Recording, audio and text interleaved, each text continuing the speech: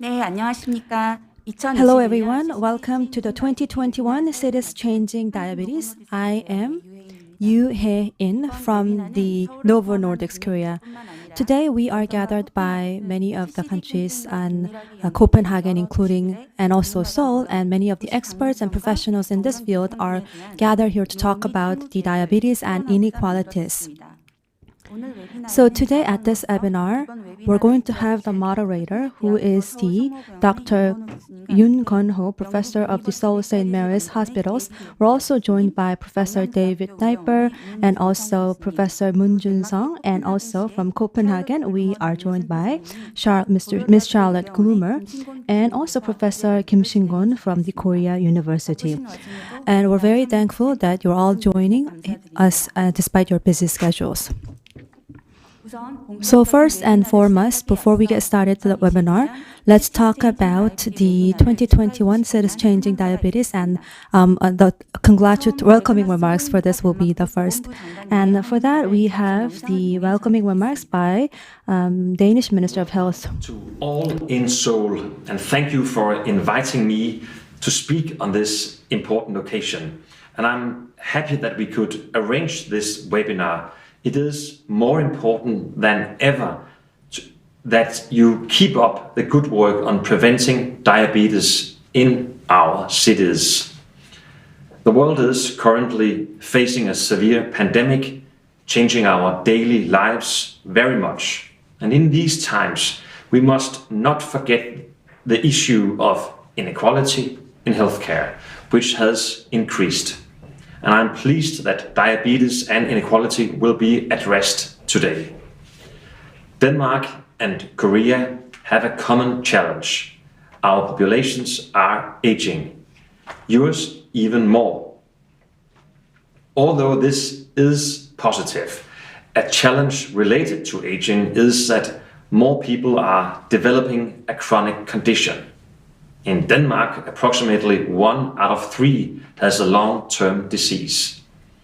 And from a Danish point of view, chronic diseases management, including diabetes, should be inclusive. They must range from disease prevention among all citizens to care for the individual patient. With regards to care for the patients, it is important to improve the cooperation between the primary healthcare sector, the general practitioners, and the hospitals. We have a strong foundation for our collaboration with Korea, and the Danish government places great importance on the strategic partnership agreement which we signed earlier this year. And I'm pleased that Korea's Minister of Health and Welfare, Mr. Kwon, and I have agreed on an upgraded collaboration agreement, a memorandum of understanding, which includes collaboration on chronic diseases. The Cities Changing Diabetes initiative is a great example of collaboration between our two countries. And I congratulate Novo Nordisk and their partners on continuing the work in Seoul, Busan, and Daegu to prevent diabetes. Thank you. 네, 이어서 So next, we'll also have the welcome remarks from Denmark, Mr. Lars Fruergaard Jørgensen, the CEO of Novo Your Nordisk. Excellencies, colleagues in public health, ladies and gentlemen. It is a pleasure to join you from Copenhagen, Denmark, for this inspiring webinar for Cities Changing Diabetes Seoul. My name is Lars Fruergaard Jørgensen, and I'm the CEO of Novo Nordisk, Denmark's largest life science company and the world's largest producer of insulin. Diabetes is a rapidly growing societal challenge worldwide, and cities are at the forefront of this challenge. They are home of more than a half of the world's population, and 2/3 of people with diabetes live in cities. The Cities Changing Diabetes initiative has set out to not only address the complications associated with diabetes, but also to prevent the onset of the condition altogether. The ambition of everyone in this program is to bend the curve on diabetes and thereby to slow down the rise. Today, more than 40 major cities home to more than 230 million people, have committed to address the societal and cultural factors that can increase the diabetes vulnerability among people living in urban environments. These cities are part of an expanding network with many more cities willing to join, and I'm really happy to have Seoul as a committed member. The recent rule of half research conducted in Seoul shows that there are still serious challenges in addressing diabetes vulnerability in the city. Prevalence of 10% is high, and only 63% of people with diabetes are diagnosed.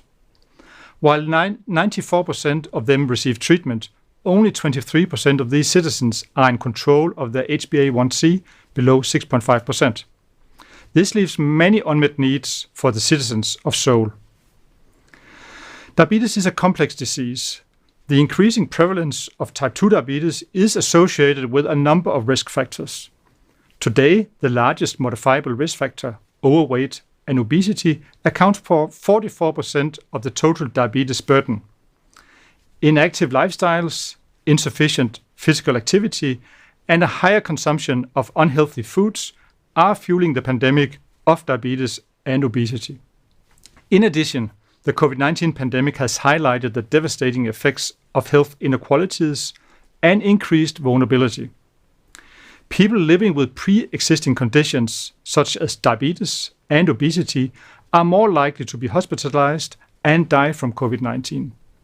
By better understanding the status of these vulnerable populations and developing targeted solutions, we can help drive systemic change to address diabetes.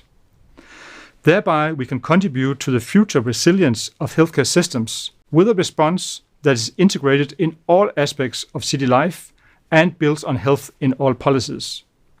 I personally believe that the Cities Changing Diabetes initiative is a truly sustainable and aspirational platform that can help bend the curve and drive the change we want to see. I wish all participants today a fruitful discussion. I hope that the insights shared at this webinar will create lasting value and knowledge to all stakeholders and help drive preventive actions to address diabetes and obesity.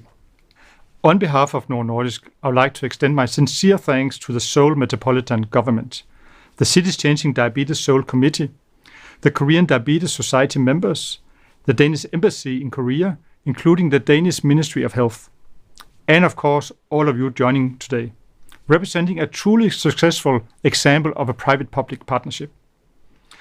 I would also like to recognize the valuable presence of our speakers, who share the most important insights today. Last but not least, please join me in thanking Professor David Napier and Professor Kwon Ho Young for their continuous commitment and leadership in the program. Thank you. 네, 멀리서 영상을 Thank you very 통해 much for sending the pre-recorded video from far distance. Thank you very much once again.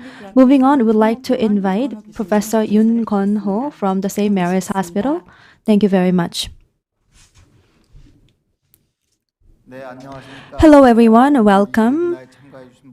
And I would like to say my great thanks to all of you participating.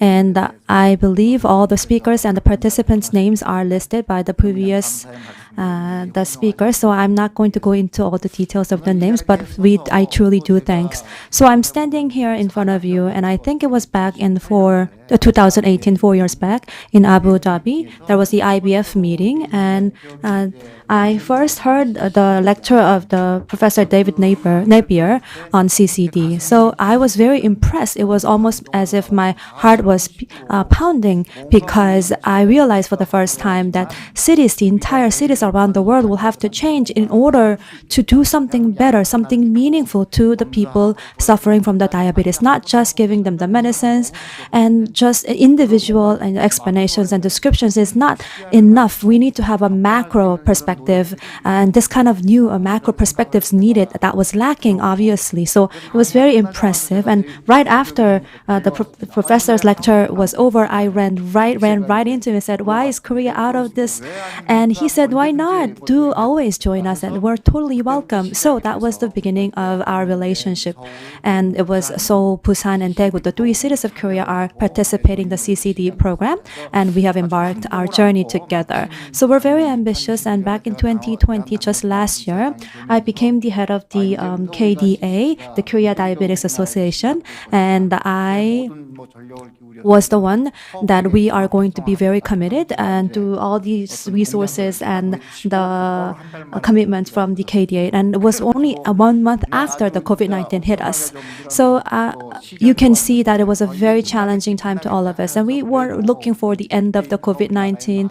But anyways, we do have gathered a great deal of data, big data of the COVID-19. And we have the computer big data assessment to the big cities. And we now know, as mentioned by our CEO of Novo Nordisk, we know what's been the self-regulation rate and what's the prevalence rate and how it's different different cities and districts. So we did the analysis last year, and now we also are doing the vulnerability risk assessment. And what we need to do now is to put that into policy, and that is the situation right now. We have all the preparations ready, but we haven't been able to translate into actions, unfortunately, due to the COVID-19 pandemic.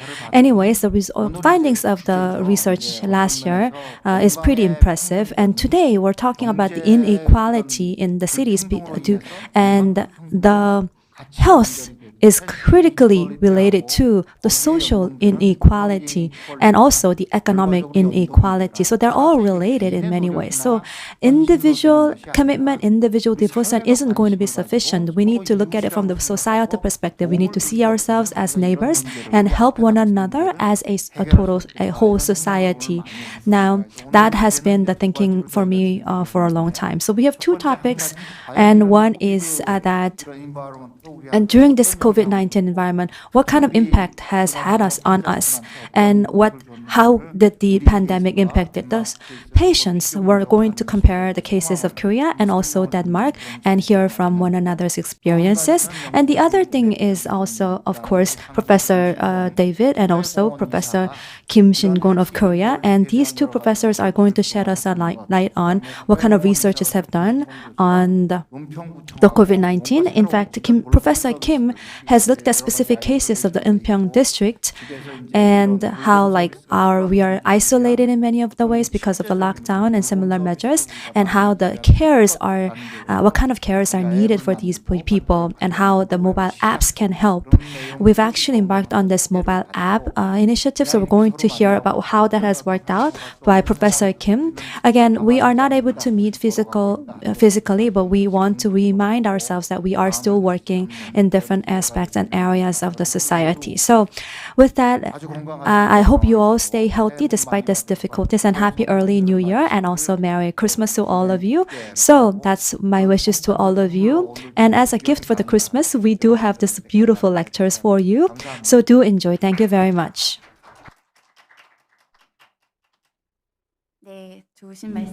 Thank you very much for your kind words. And last but not least, we'd also like to invite Mr. Rana Zafar, the country manager of Novo Nordisk Pharma Korea.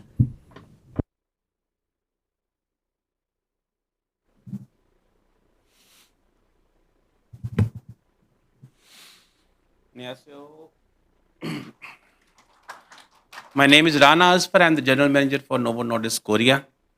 I'm here to thank everyone who has made this occasion possible.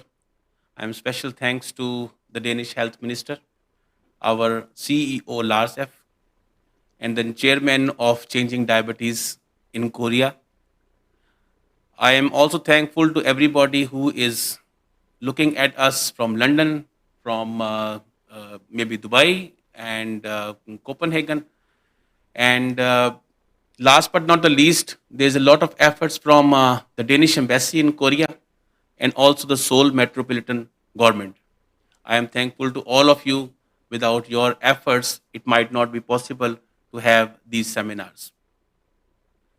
During the last 2 years, this pandemic has many impacts, but many learnings also. It has showed us how to do these meetings online, where speakers are sitting at different locations and we are here, but we are having this productive session. But at the same time, it has a significant impact on the diabetes. COVID and diabetes and what we have learned out of it, I think honorable speakers are going to shed light on these things. How these diseases or pandemics are impacting the prevalence of diabetes and treatment of diabetes and on the diabetic patients. This is very important to understand and implement. This city changing diabetes has conducted many research also, and then out of the research, I think the results will be presented. But as Professor Chung Ho said, that we are a bit far from implementing all those things because of this pandemic. But I'm sure with this commitment and everybody's teamwork, we are going to implement these things, and then we will pursue the Korean government and ministry to work together to make people living with diabetes stay a healthy life. Thank you so much. Samida.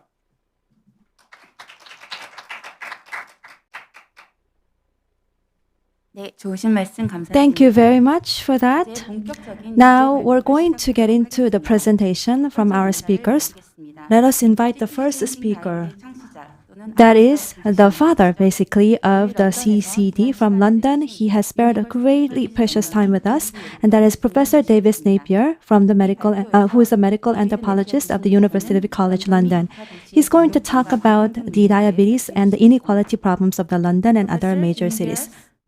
Professor, can you hear us? I can. Thank you very much. All right.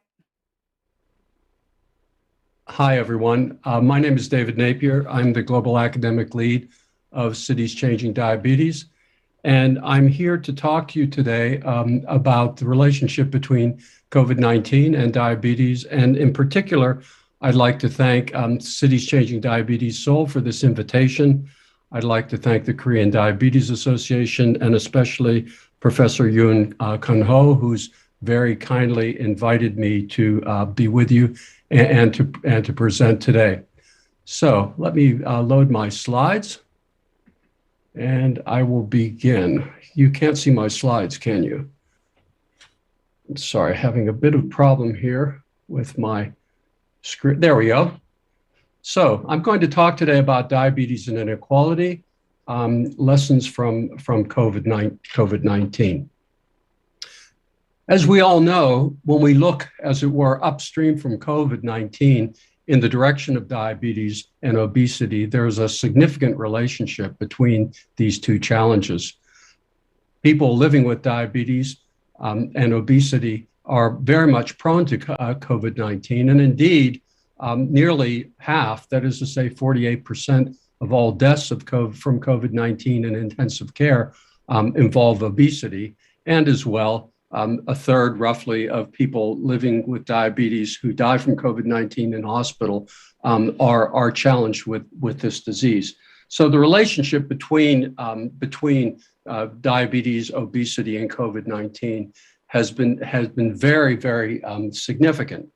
So what we have to realize then is not only do a third of hospital deaths from COVID-19 involve diabetes, but COVID-19 itself can produce alterations in glucose metabolism that enhances diabetes pathophysiology for survivors and can lead to new mechanisms provoking early onset of the disease. Now, what does this tell us? What does this mean? Well, first of all, it means that not only are diabetes and obesity major drivers of mortality and morbidity in COVID-19, but the virus itself may catalyze among survivors early onset of diabetes, modifying glucose metabolism, possibly enhancing mortality and morbidity to a future coronavirus epidemic. In our research, we call this a syndemic relationship. That is to say, where one epidemic is compounding the effects of another. If a third of all hospital deaths from COVID-19 involve diabetes, and 3/4 of all ICU submissions involve obesity, and half of the deaths in ICUs, intensive care units, involve obesity. And if COVID-19 itself produces alterations in glucose metabolism, how do we understand and address the ongoing possibility of this challenge for diabetes, prediabetes, and obese populations in infectious disease outbreaks? Or to put it another way, what might COVID-19 and all of its variants have looked like? What would their impact have been in terms of mortality and morbidity if we could remove diabetes and obesity from the equation? In other words, we see diabetes and obesity as sitting right at the center of the incredible impact that this pandemic has had. As many of you know, Cities Changing Diabetes began in 2014 as a partnership relationship between Novo Nordisk, as we heard from Lars Jorgensen, the CEO, with University College London and with the Steno Diabetes Center. And currently we have, actually this says 40 partners, but actually I think we're now up to 42 partners in the program, representing a significant population worldwide. And so we're really delighted to be able to think about what the potential might be for us to address these challenges together and collectively.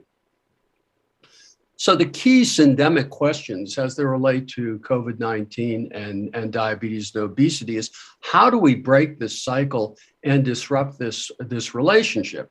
And in particular, how do we better understand and address the ongoing challenges of diabetes, prediabetes, and obesity to reduce coronavirus vulnerability?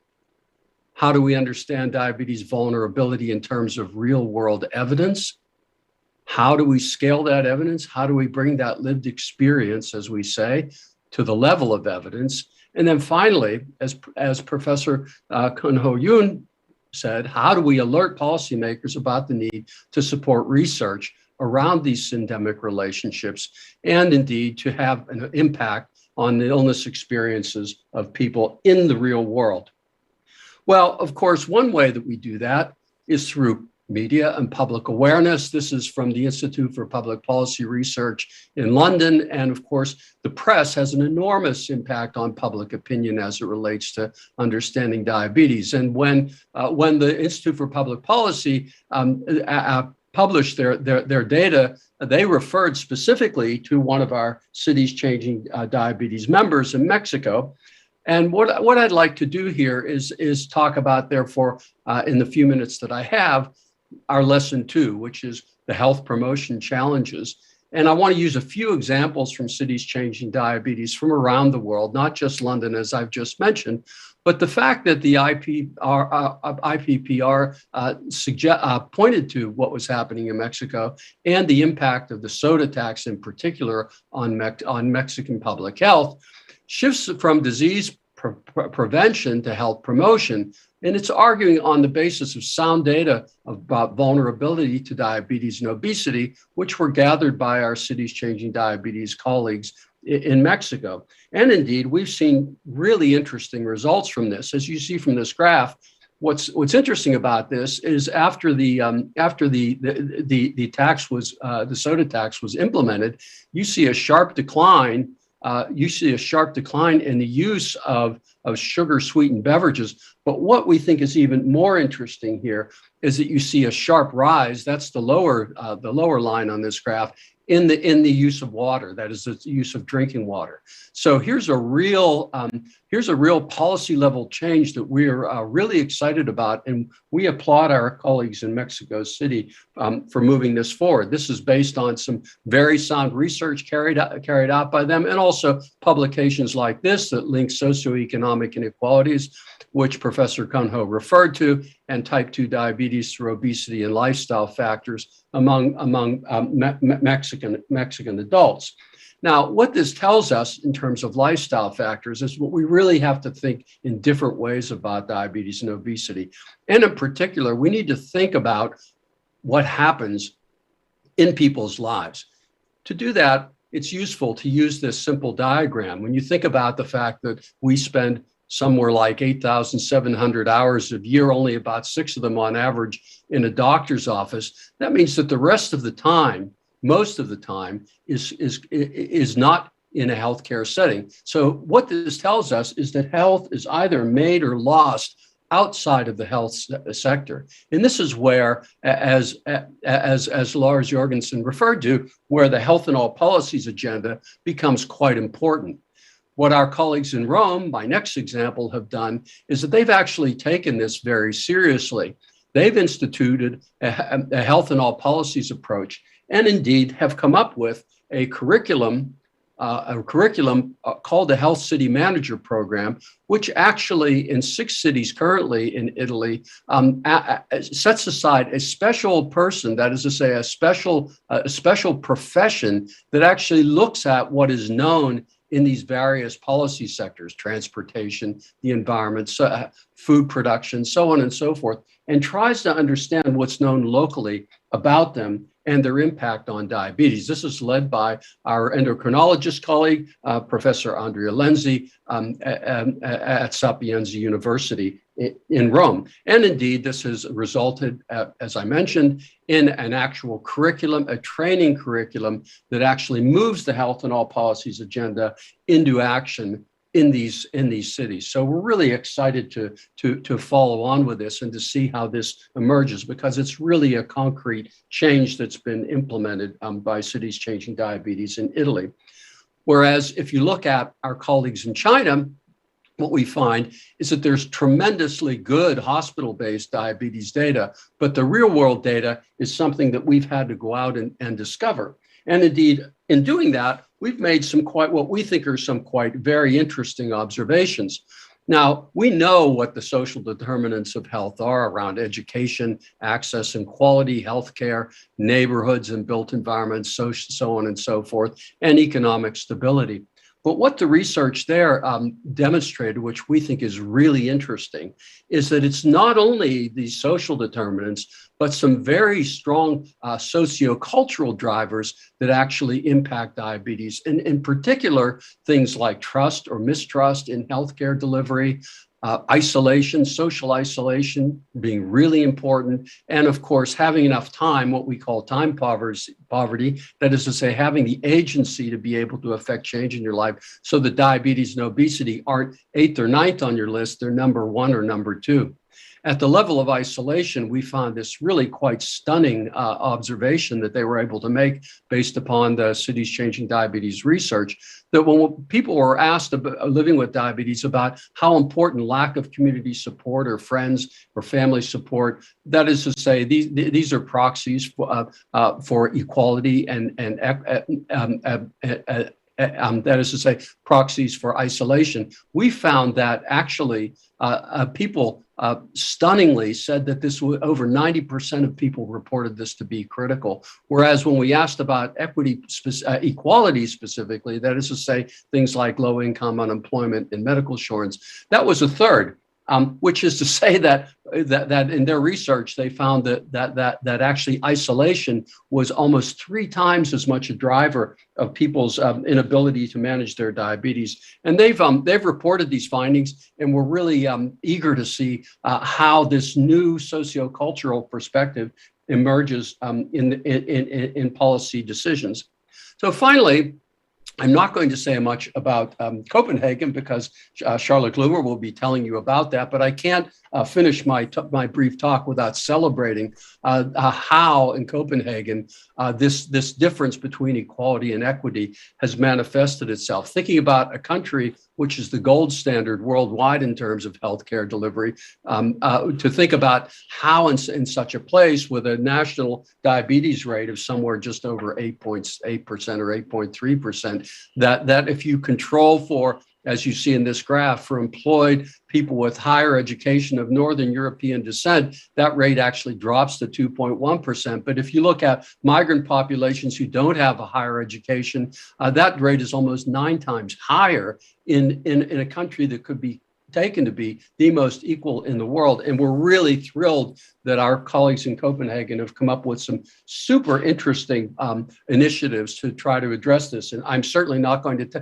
take the wind out of Charlotte's sails, so I'm not going to say more about that. Leave it to her. But just finally, to end by saying that we're really, really thrilled that the kind of work that we're doing is now having impact at other levels. For example, the Robert Wood Johnson Foundation recently published. We were part of that, part of this policy brief around the cultural context of the COVID-19 pandemic, and we came up with these quite specific policy recommendations that policymakers need to account for the sociocultural understanding of disease, that leaders need to have strategies to mobilize their efforts to support public health, that health authorities need to be actively engaged with communities in building social trust, and that health authorities need to recognize the long-term impacts of not actually attending to these things, and to identify the factors locally, as Professor Yoon Kun-ho said, the local drivers that shape vulnerability and resilience. So with that, I'd just like to say it's a tremendous honor to be with you here, if remotely, and I wish you all the best of luck, and I'm really looking forward to the other speakers and to seeing you again in person sometime soon. Thank you very much. 네, 좋으신 말씀 감사드립니다. Thank you very much for your great presentation. And then now, moving on, we have Professor Jun Sung Moon talking about diabetes and COVID-19 in Korea. He has actually provided a pre-recorded video for the presentation, and then afterwards we'll greet him personally during the discussion. Thank you for your kind introduction, Chairman. I'm Jun Sung Moon from Yongnam University, Daegu, Korea, and it is my great honor to have my presentation in this meeting. Today, I'd like to talk about the connection between COVID-19 and diabetes and our recent experiences. It has been around 2 years after hearing the breaking bad news from Wuhan, China, and we are still living in the COVID-19 pandemic situation. This graphic shows the trend comparison of SARS-CoV-2 confirmed cases between Danish and the Republic of Korea. In both countries, the number of confirmed cases is rapidly increasing due to the emergence of new variants of SARS-CoV-2 virus. This is a mortality trend, and interestingly, the incidence of Denmark is 9 times higher than that of Korea, but the mortality rate is similar in both countries. Anyway, it is well known that infectious diseases are more frequent and serious in patients with diabetes. Chronic hypoglycemia is associated with reduced response of T lymphocytes, neutrophil function, and disorders of humoral immunity. Therefore, diabetes increases the susceptibility to infections. Clinical studies also have been suggested that the diabetic patients have a higher risk of respiratory infections, such as bacterial pneumonia and tuberculosis. And diabetes has been found the risk factor of the Middle East Respiratory Syndrome, MERS, from 2015. This meta-analysis showed that diabetes significantly increased by 80% of the death risk in MERS patients. Therefore, we can easily speculate that diabetes and hypoglycemia would be associated with the severity and mortality of COVID-19. Currently, diabetes is well established as one of the common comorbidity of COVID-19 patients worldwide. Even though the COVID-19 prevalence has been reported variably according to each country's policies or strategies, but the portion of diabetes generally reported around 20%. This slide shows a recent meta-analysis about the association between diabetes and COVID-19 severity, and 76 studies involving 31,000 patients with COVID-19 were included. As you can see, COVID-19 patients with diabetes were at significantly elevated risk of a severe infection and mortality, around 2 times higher. So collectively, we can say diabetes increases the severity and mortality in patients with COVID-19, and clinicians should pay more attention to the monitoring and treatment of patients having both COVID-19 and diabetes. Meanwhile, I would like to introduce our experience. Daegu, which located in southeast part of Korea Peninsula, is the third largest city in Korea. February 2020, last year, the first large outbreak of COVID-19 outside China happened in our city, Daegu. The outbreak crisis started on the last year, February 18, and peaked on after 10 days, with over 700 new cases confirmed in a day. This is not strange in these days, but at that time we are on panic.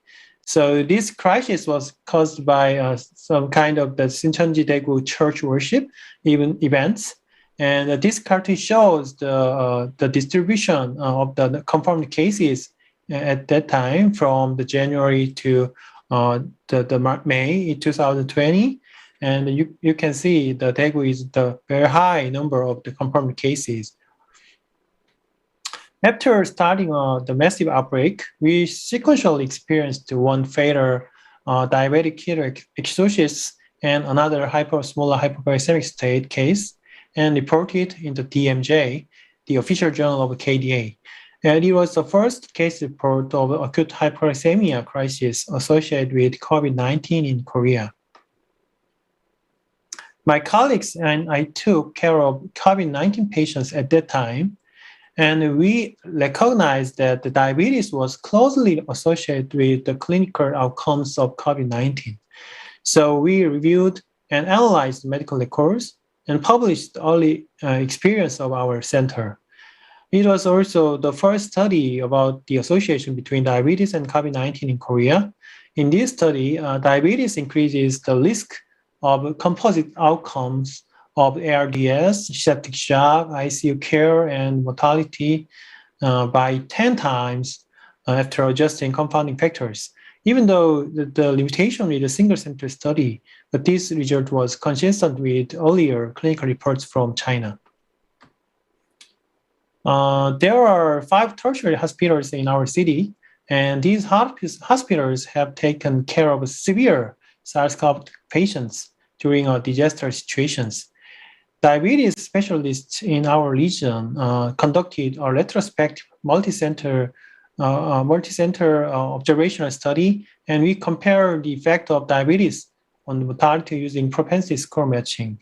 As you expected, the presence of diabetes increased the risk of mortality by 2.4 times compared to non-diabetic population, adjusting relevant clinical risk factors. In particular, the bad news was only seen in people over 70 years old, not under 70 years old, and the risk was greater. This is a nomogram for predicting the mortality risk of corona patients in Korea, and it was developed based on the data mainly provided from our city. You can identify that diabetes is important comorbidity with cancer and dementia in Korea. Anyway, it is consistently confirmed that diabetes leads to poor outcomes in COVID-19 from another huge data set. Open Safely is the secure health analytics platform that covers 40% of all patients in England, and diabetes and obesity were also revealed crucial detrimental effects on COVID-19 outcomes in England. Why does diabetes have the bad impact on COVID-19? It is hard to say that right answer exactly, but interestingly, both diseases share common pathophysiologies such as hypercoagulability, endothelial dysfunction, and fibrosis. So we can easily speculate that coexistence of these two stigmas resulting in more mortality. This cartoon clearly shows that how diabetes and hyperglycemia are linked with the poor outcomes in SARS-CoV-2 infection. Make a long story short, SARS-CoV-2 infection triggers several inflammatory pathways, and diabetes aggravates this course and finally leads to cardiovascular and all-cause mortality. When SARS-CoV-2 invades cells, it requires a kind of gate in the cell membrane that is called ACE2. So ACE2 expression is important for susceptibility to COVID-19. Increased ACE2 expression in metabolic disease patients has been suggested as one of the reasons explaining their poor COVID prognosis. This study showed they used the surgical liver samples, and they showed ACE2 expression levels are different by sex, the presence of the diabetes, and insulin resistance markers.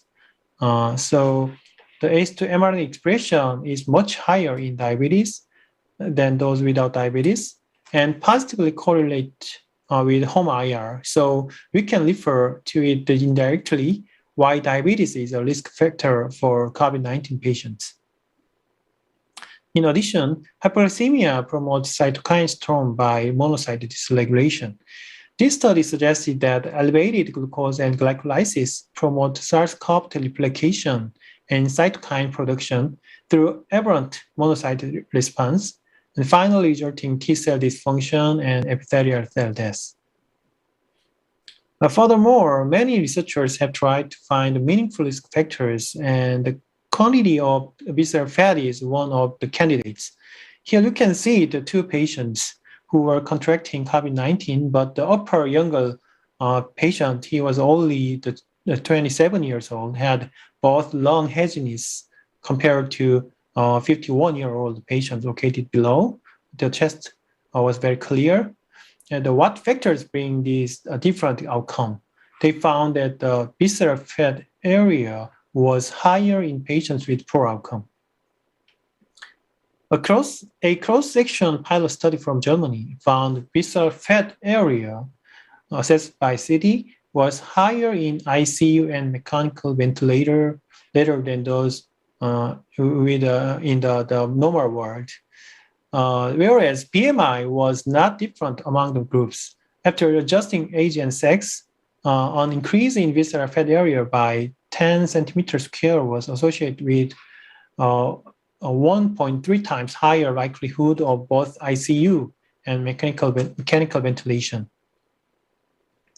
Coincidentally, similar results were also published from Italy, where also visceral adipose tissue was independently associated with the need for intensive care.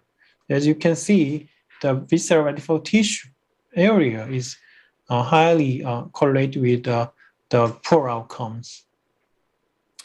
These findings might be explained by a close relationship between adipose tissue inflammation and coagulopathy. When compared to subcutaneous adipose tissue, visceral fat is closely related to inflammatory cytokines production in obesity, and these mediators result in hypercoagulability. SARS-CoV-2 infection also exacerbate the inflammation and increase the risk of coagulopathy. So overlapping of obesity and COVID-19 will make the worst situations. Let's move on to the next part. As we discussed earlier, diabetes tends to have a bad COVID-19 prognosis, but not always. In patients with diabetes, which patients will have poor outcomes? The Coronado study, which was taken in France, was shown some critical insights for this question. The Coronado study included 53 sites in France and initially 1,300 patients with COVID-19 and diabetes.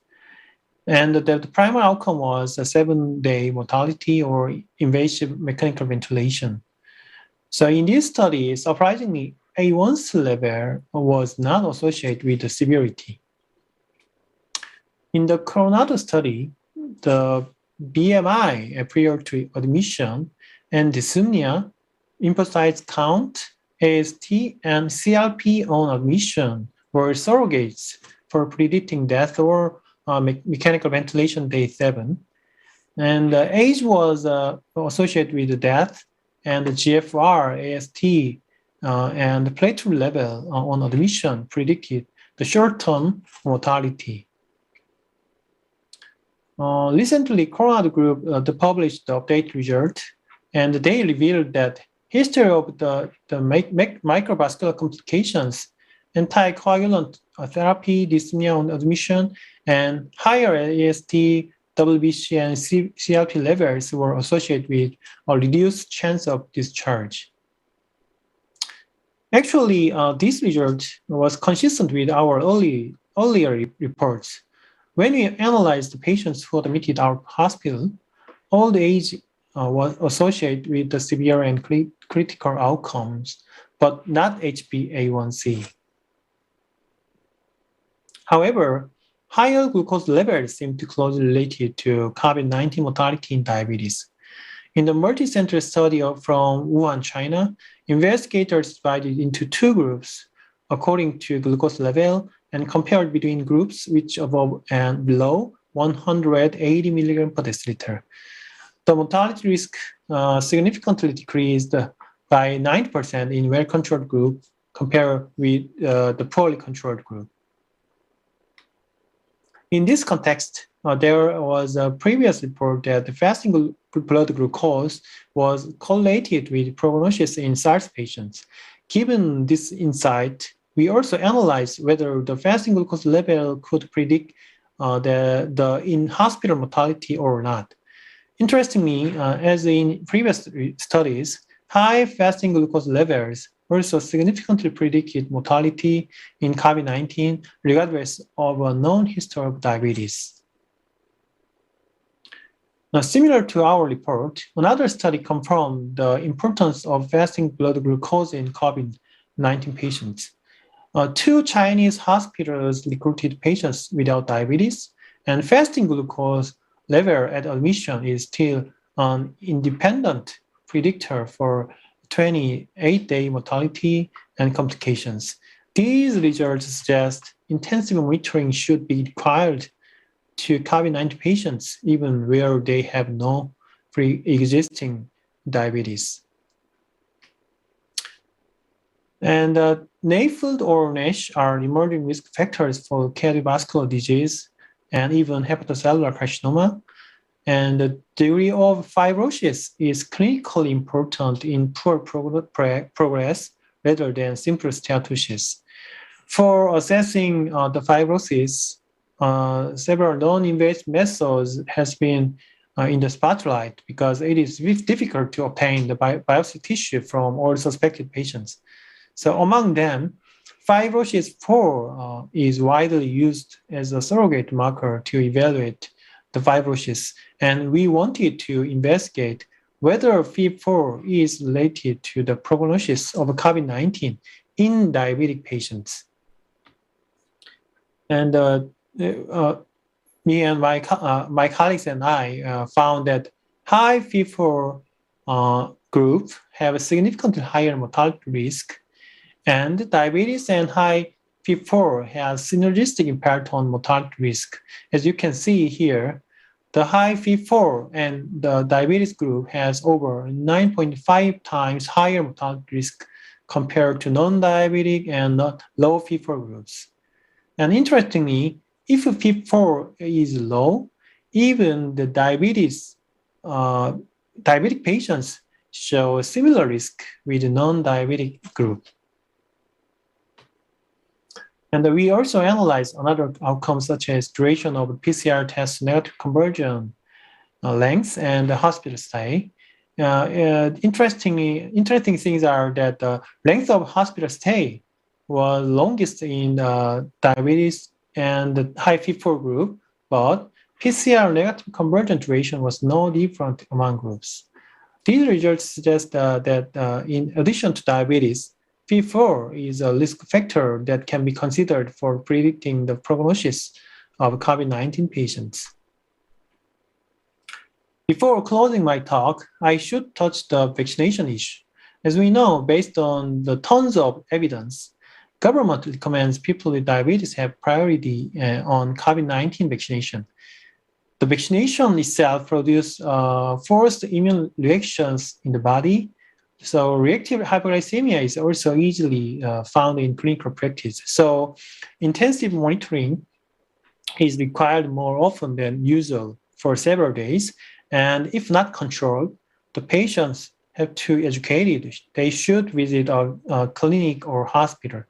Even though the clinical evidence is limited, the antibody response of people with diabetes after vaccination might not be different compared with the general population. This is my last slide. Diabetes is reported as one of the common comorbidity and associated with poor outcomes in patients contracting COVID-19. Inadequate glycemic control is associated with poor prognosis in patients with diabetes and vice versa also. Evidence for discriminating the patients at high risk are accumulating, such as fasting glucose level on admission or FIB-4 level.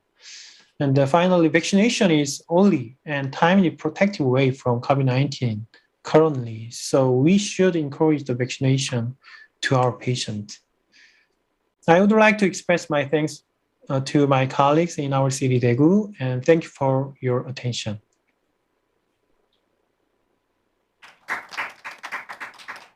네, 좋으신 발표 감사드립니다. Thank you very much for the insightful presentation. Moving on from a different time zone, we are very pleased to have Ms. Charlotte Gloomer, Director of Center for Diabetes from Municipality of Copenhagen. She is going to shed us a light on diabetes and inequality, COVID-19 in Copenhagen. Please. Charlotte, can you hear us? Charlotte, can you hear us? Yes, I can. Can you hear me? Yes. Okay. Can you see my slides? Yes, clearly.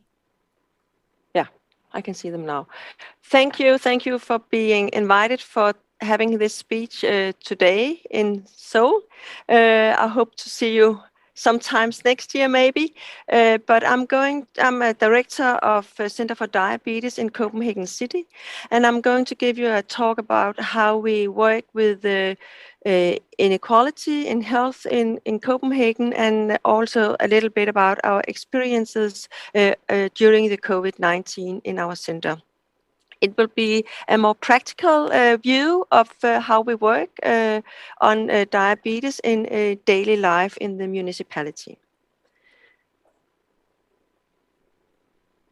Just switch my slides. How do I switch?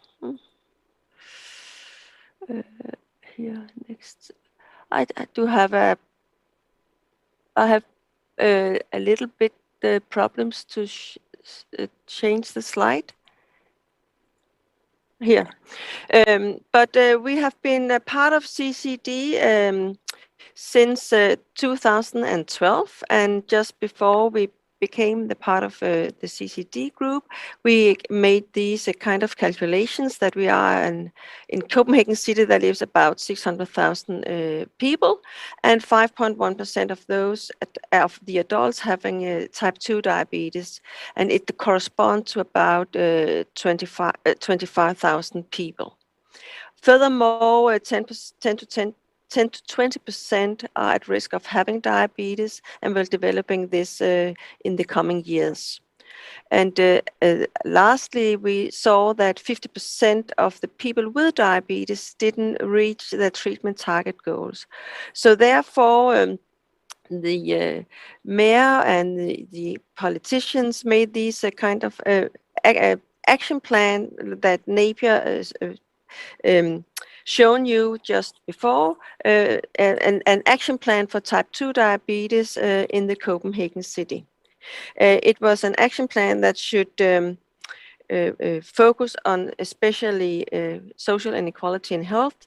The Center for Diabetes should be established, and we should work with new innovative solutions.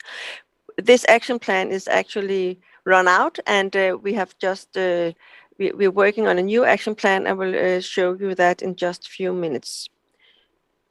But we also saw in the analysis we made in 2012 that for many people, diabetes is not their top priorities. They have a lot of competing problems, that multiple diseases, they are shortly educated, they are unemployed, and they are lonely, living alone, and do not have supportive relations. So therefore, diabetes is on their number 10 of their list of problems. And this is more likely to be in the men that are more than 50 years old. So this is a group of citizens that we should take especially care of. But in the center, we started out in 2016, and I came to the city at that time as a director. And at that time, we were 16 employees. Now we are 50 employees, and we also have people with both type 2 diabetes and cardiovascular diseases. We are not doing treatment, but we're doing rehabilitation and prevention in our center.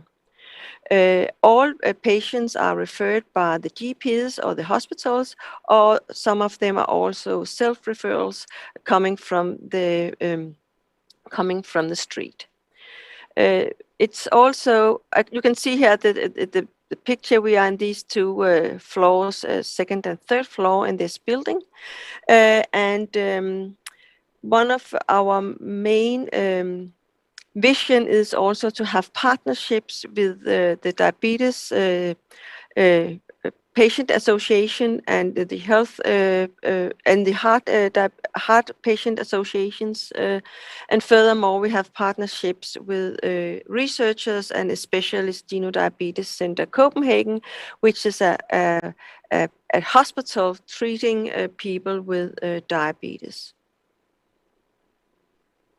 But now we have just coming up with a new action plan for our center, and our strategic aim is that Copenhageners with type 2 diabetes and or cardiovascular diseases managing to their daily life and maintain physical and mental health.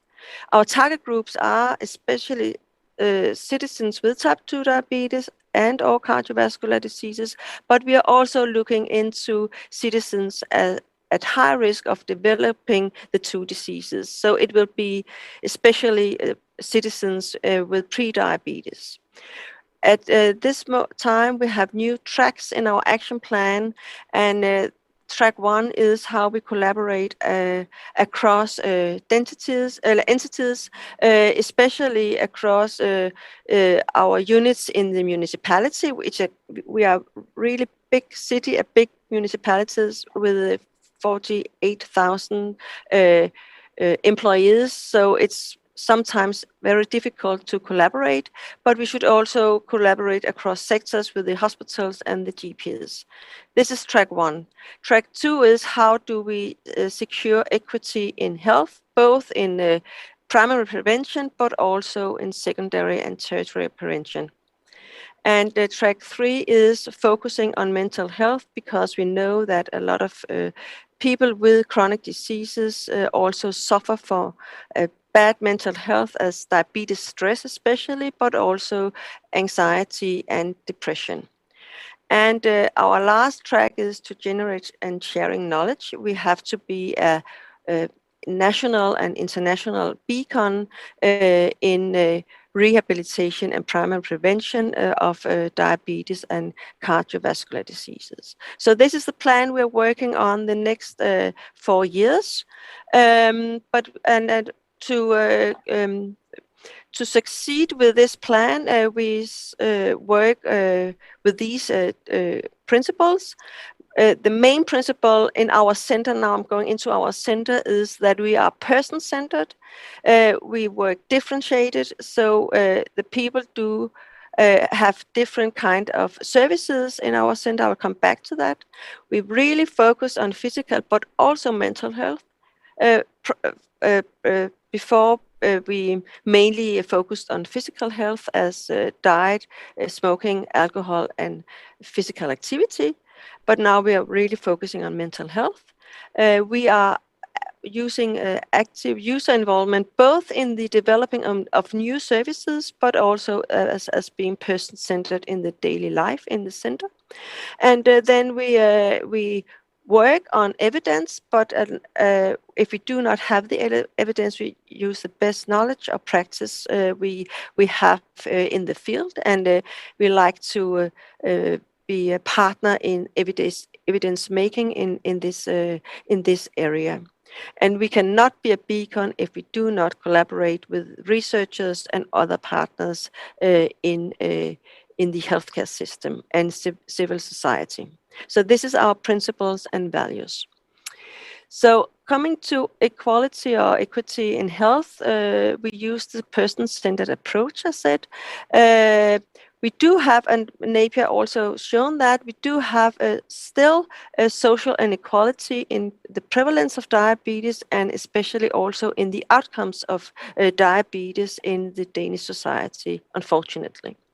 But therefore, when you see this slide, we work on the middle one in my center, where every people do not use the same number of boxes to see the football match on the other side of the fence. So my employees are also always talking about which kind of box do the patient need and how many boxes do the patient needs.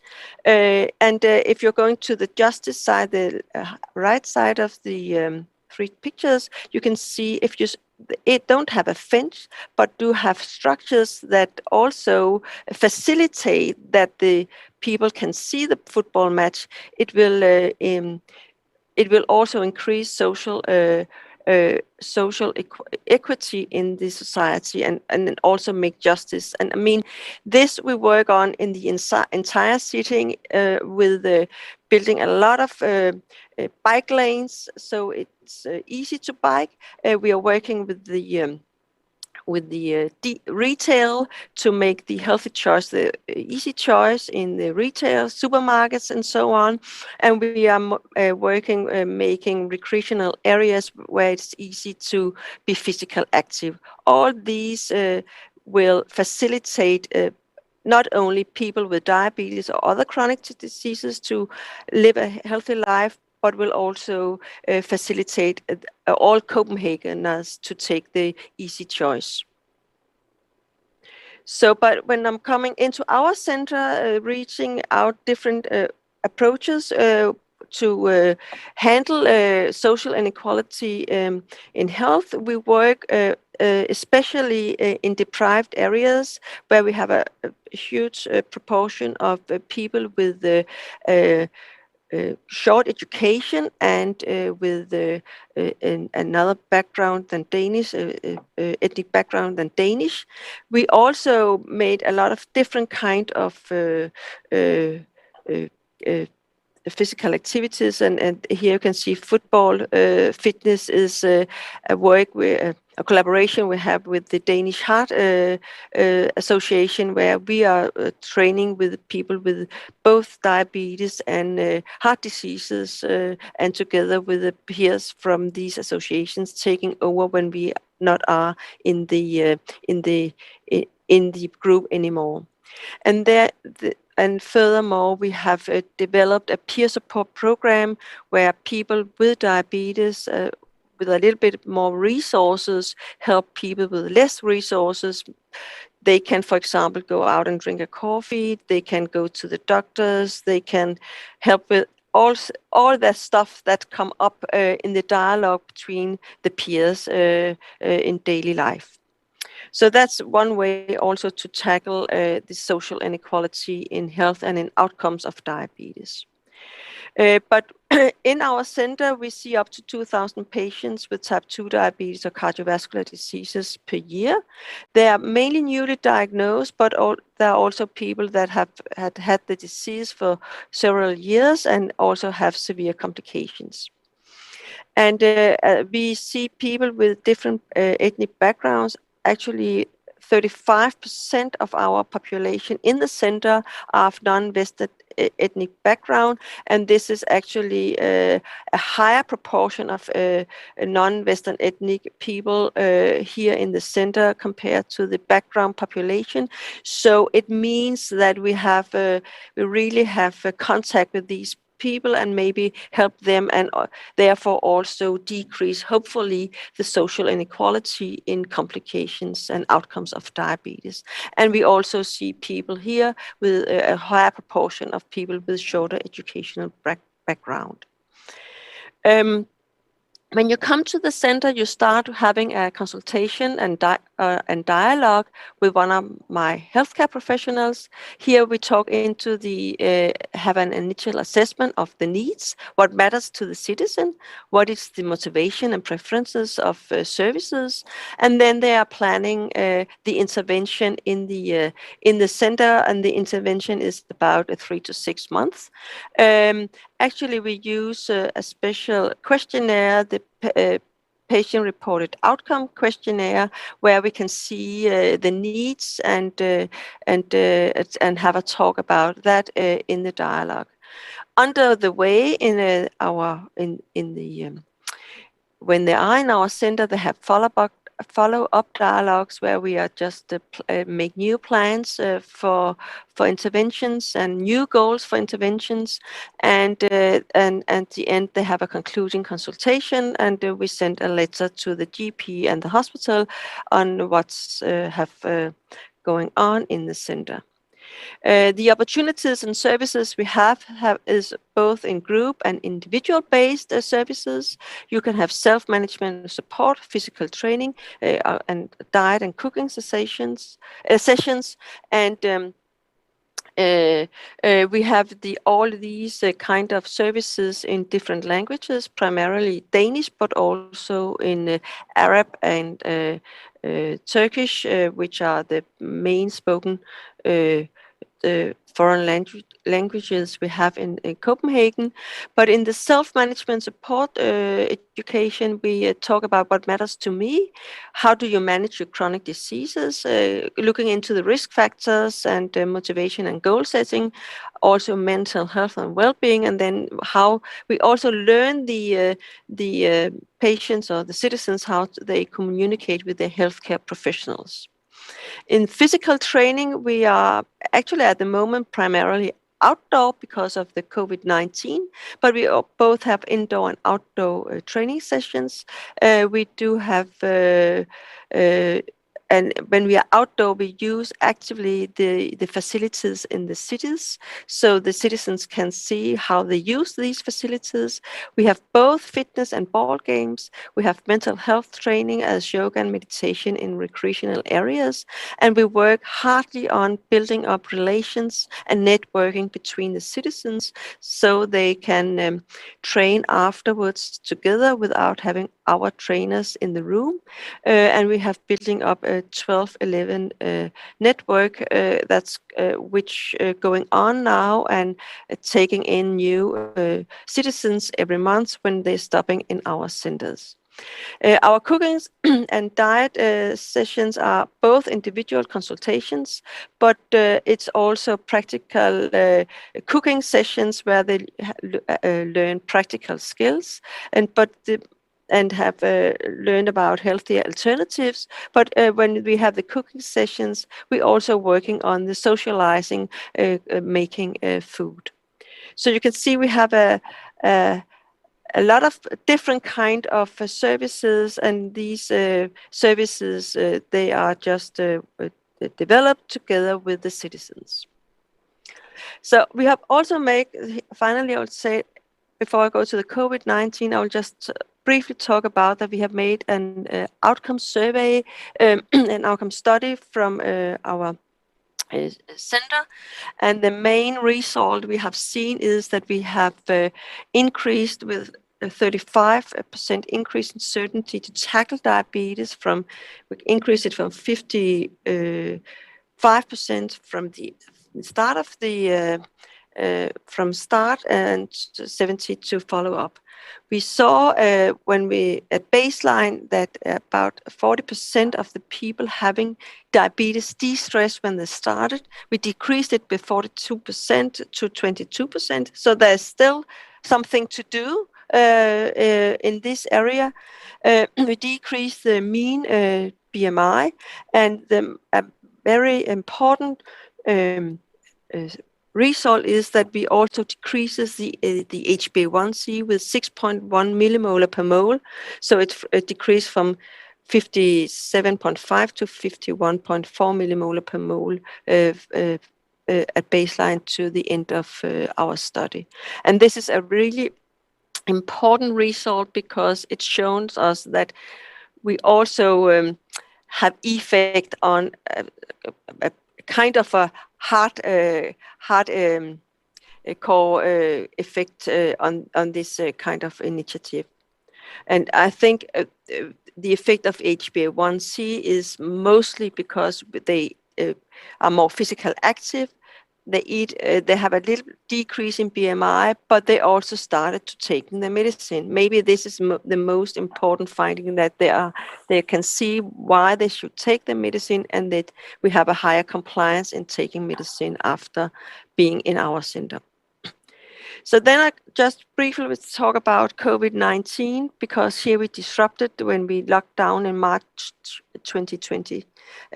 We had an urgent need to ensure the citizens with type 2 diabetes stayed active and maintained the level of services we have, although they couldn't come into our center. We should stay home.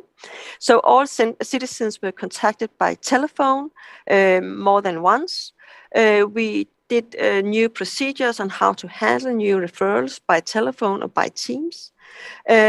We have an extreme quick developing on process to adapt the existing teaching program materials to the virtual platform from idea to going live in less than 1 month.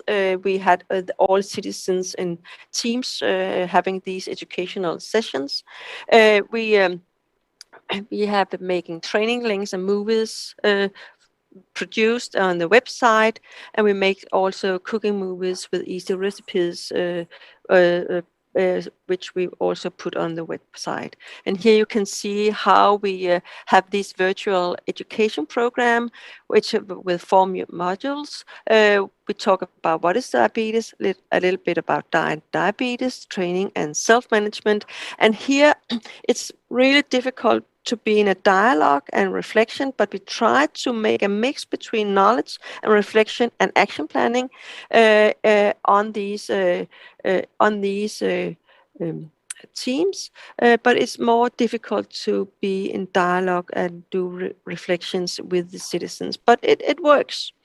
And here you can see our update on the website where we made these kind of videos. And the lesson we learned was that we really talked about how we communicate key messages on Teams, especially when we can't see the people on the screen. But we also virtual platforms are really great to share knowledge, but it's not harder to generate dialogue and discussion among the participants, especially.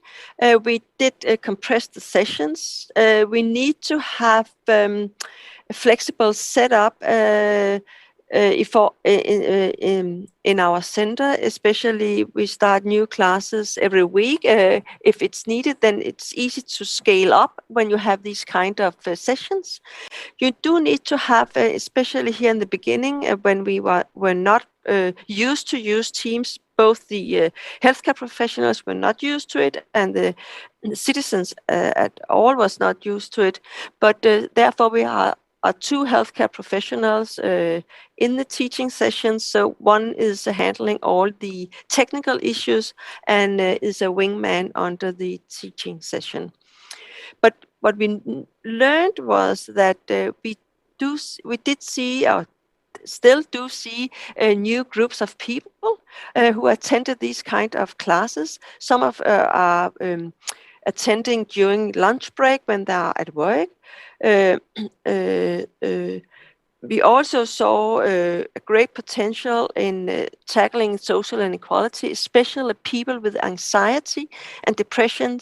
They think it's easier to be in this class because they can just hide behind the screen, but they get some. They gain some things and learn some things how to handle their diseases being behind the screen. So it's really impressive to work on this kind of services and initiatives, and we would not have done this in that speed if the COVID-19 was not coming to our city or to the world in 2020. But so I mean, this is a positive effect of the COVID-19, and now we are working on it. We are open now, and we are working both virtual and in face-to-face services at the moment. So thank you very much for being a part of this important meeting. 네, 발표 감사드립니다. Thank you very much for the informative presentation. And last, Professor Shin-gun Kim from Korea University Annam Hospital, looking at the trends in socioeconomic inequalities and major risk factors for cardiovascular disease in Korea, and a pilot study by mobile application to support vulnerable patients with diabetes. 네, 잘 들립니다. And can you see my presentation material? 네, 잘 보입니다. Okay. Yes, thank you for your kind introduction. I'm Shin-gun Kim from Korea University College of Medicine. It is my great pleasure to be here and share Korean data for this valuable meeting. Today, my topic is about the trends in socioeconomic inequality. 저 교수님, 죄송하지만 그 발표 자료가 안 보이고 So we cannot see 윈도우 your 화면이 slide. We can 보이고 only 있거든요. see your background for the computer. So please pull up your slides.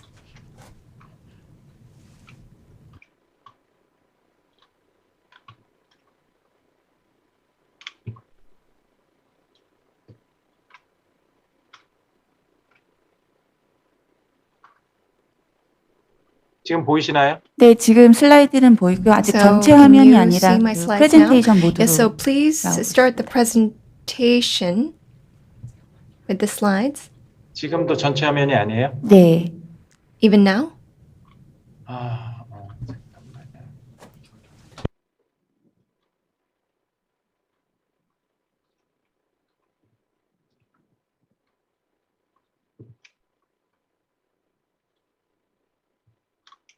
아, 네, 이제 전체 화면이 아니군요.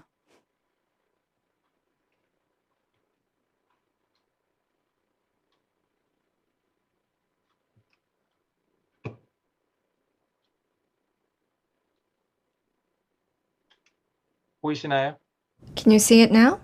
네, 지금 Yes, we 보이고 can. 있는데 아직도 전체 화면은 아니고 네, 프레젠테이션 모드입니다. So please click on full screen.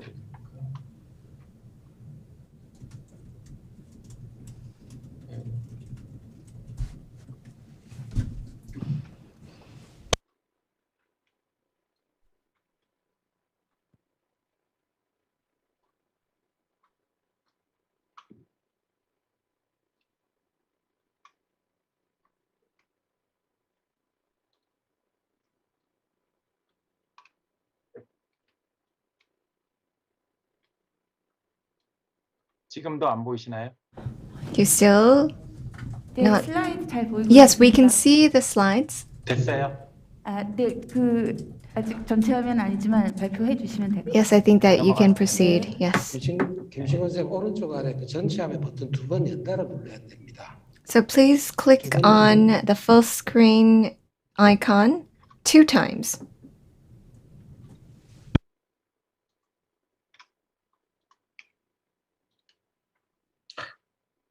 그냥 하겠습니다. 네, 감사합니다. I will just simply proceed. So I'm sorry, there's some trouble. So today my talk is consist of three parts. The first part is social economic status and cardiovascular risk factor and outcome in Korea. And second part is the trend in socioeconomic inequality in Korea. And finally, I'd like to introduce some kind of intervention to decrease the socioeconomic inequality, including the Korean Diabetes Association's project. The socioeconomic status has a measurable and significant effect on cardiovascular health.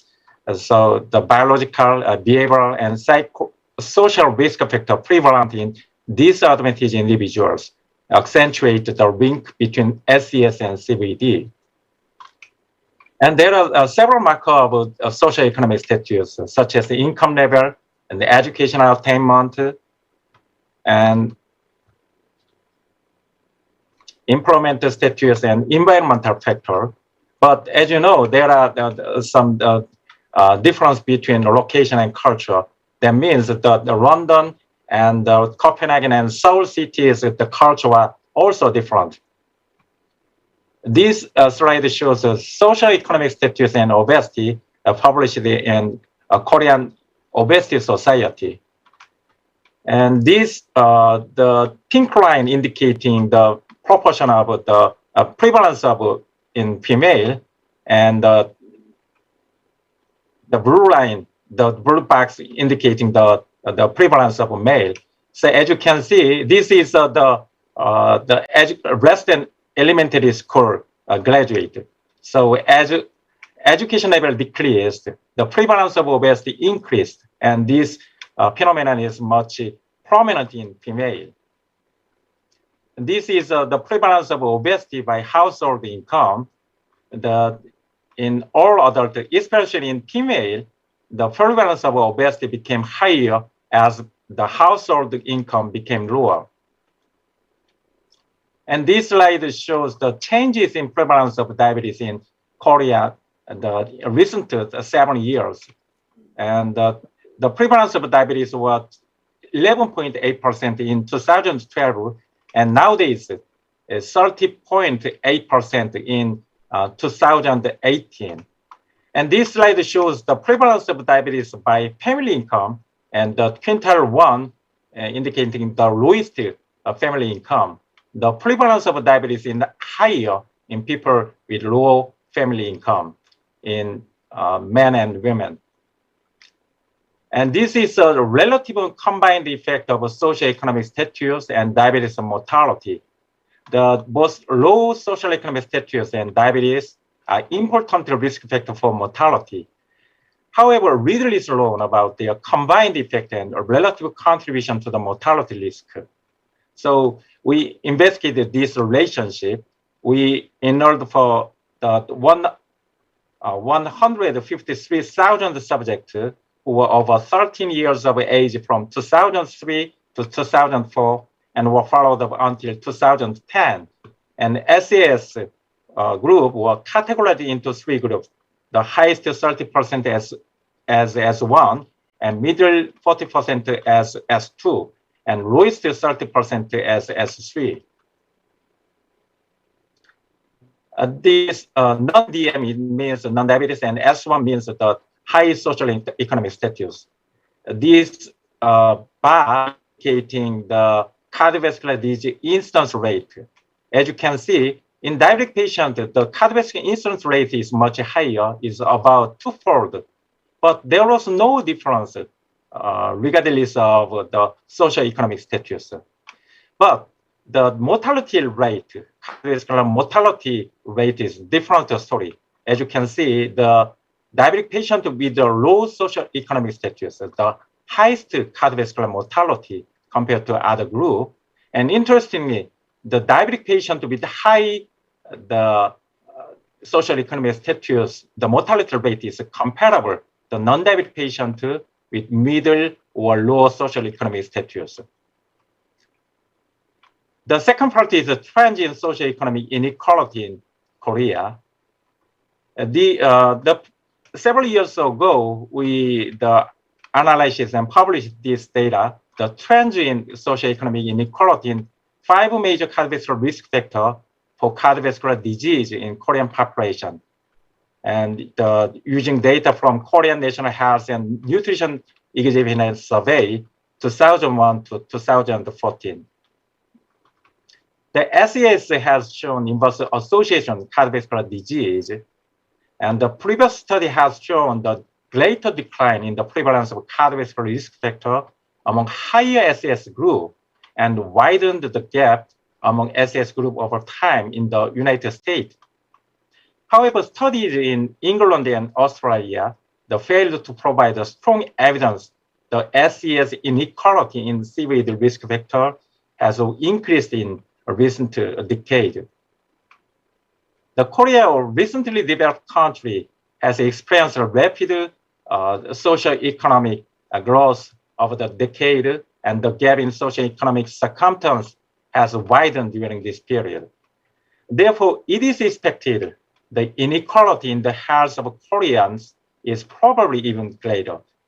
The purpose of this study was to examine recent national trend in SS inequality in 5 major CVD risk factors such as smoking, obesity, diabetes, hypertension, and hypercholesterolemia using national survey data by gender. The total of 42,000 Koreans aged 25 to 64 years. And also the main outcome measure was trend in as inequality in 5 major CVD risk factors. The education level and income were used as SES indicator. Education level were grouped into 4 groups. College were the higher and the elementary school were less. And measure of income was equalized gross household income per month. We divided study subject into 4 groups according to quartile of equalized household income by gender and age. And statistical analysis to measure socioeconomic health inequality, we used the relative index of inequality, RRI, to permit a meaningful comparison of socioeconomic health inequality over a survey period. And RRI enables the direct comparison between SES variables with regard to the proportion of a population in different categories. So as a result, the gender difference was noted in the time trend in SES inequality in smoking, obesity, diabetes, and hypertension. Among men, low socioeconomic status was associated with high prevalence of smoking, but the magnitude of socioeconomic inequality in the smoking, obesity, and diabetes remained unchanged, and the magnitude of the inequality of hypertension even decreased over time. However, among women, low socioeconomic status was associated with higher prevalence of the smoking, obesity, diabetes, and hypertension, and also time trend toward increasing socioeconomic inequality measured by income in smoking, obesity, diabetes were found in women. Recently, we updated this data. We expanded this data to the KNS, as a result of 59,000 participants and KNS 2001 to 2018 in order for this analysis. The blue line indicating the decreasing trend and the red color indicating the increasing trend. So as you can see in male, the prevalence of smoking showed the decreasing trend. However, the prevalence of obesity, abdominal obesity, and hypercholesterolemia showed the increasing trend in male. In female, the prevalence of smoking, the increasing trend, and also the prevalence of hypercholesterolemia showed the increasing trend. On the other hand, the prevalence of obesity and prevalence of abdominal obesity and prevalence of hypertension showed the decreasing trend. But the analysis according to the BMI level, even in female, the prevalence of obesity decreased pattern. However, the obesity defined by BMI more than 30 and BMI more than 35, the prevalence of obesity showed an increasing pattern in female. And this is the prevalence of obesity in women according to age group. The younger age group between 18 to 40 years, the prevalence of obesity significantly increased during the study period compared to the decreasing pattern in overall population. In male, the socioeconomic inequality usually the stable during the study period. So we focused on age-adjusted odds ratio and the relative inequality index, just focused on female. In terms of smoking, the significantly increasing trend in educational inequality with regard to smoking prevalence was noted among the women. This is a low social economic status indicated by the pink line and the blue line indicating high social economic status. And this is the obesity indicator. The time trend toward the increasing inequality in obesity measured by income level was noted in women during the study period. However, the time trend in inequality in obesity was stable among men. This is a central obesity. So in women, time trend toward increasing inequality in central obesity by education and income level were noted in women during the study period. And this is a diabetes trend. Time trend in inequality in diabetes was stable among men. However, time trend toward the increasing inequality in diabetes by income level was noted in women during the study period. This is focused on hypertension trend. The time trend toward the increasing inequality in hypertension by education level was noted in women during the study period, but there is no difference among men. So this is a summary of a trend. The trend in prevalence of cardiovascular risk factor during the study period, as you can see, the prevalence of smoking a decreasing pattern, but the obesity measure and prevalence of hypocholesterolemia show the increased pattern in male. And in female, the prevalence of smoking and prevalence of hypocholesterolemia showed the increasing pattern. However, the prevalence of obesity measure and prevalence of the hypertension showed the decreasing pattern. But interestingly, some different story in terms of trends in SES inequality during the study period. As you can see, there was no difference in terms of SES inequality during the study period. Exceptional case, just central obesity.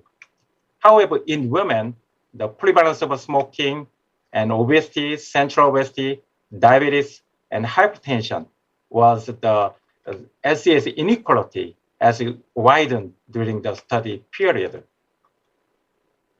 And finally, I'd like to introduce some intervention to decrease socioeconomic inequality. Low social economic status characterized by some poor access to care and healthy food and related several factors, including psychosocial and behavioral and environmental factors.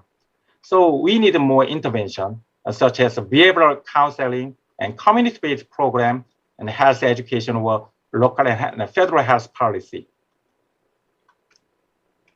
As previous speaker explained properly, there is a significant relationship between COVID-19 and disparity in common non-communicable disease, such as diabetes. This is the interesting trial, the tailored cognitive behavioral therapy, so-called CBT, focusing diabetic patients with depressive and regimen-related distress symptoms. This randomized control trial included 139 diverse rural adults with type 2 diabetes and comparison of 16 the session severity tailored CBT. This is a very costly and intensive the intervention by psychosocial expert and compared with usual care and primary outcome change in A1C and depressive symptom and self-care behavior and adherence.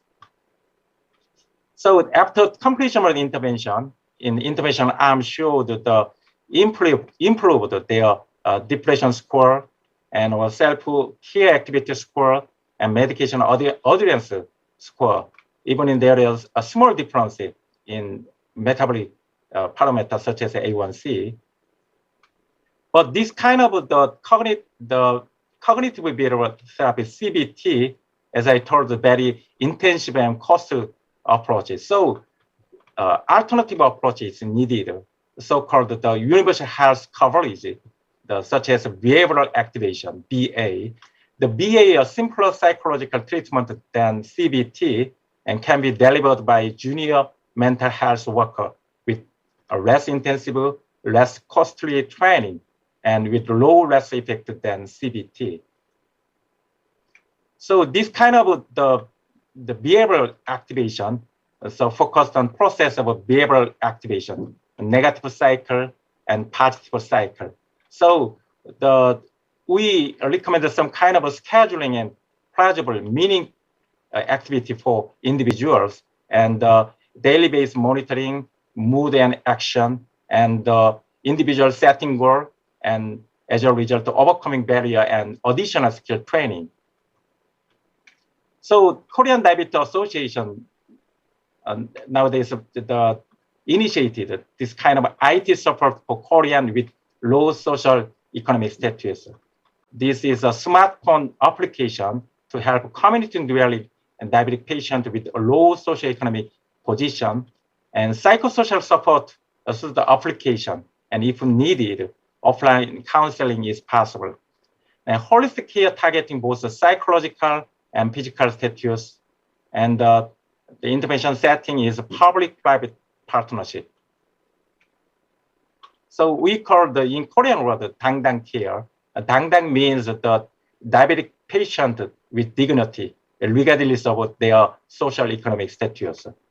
This 당당 care characterized by 3 points. One is application-based psychological support, digital care, and complementary visiting home care provided by the public sector, the smart care, and community-based solution, so community care.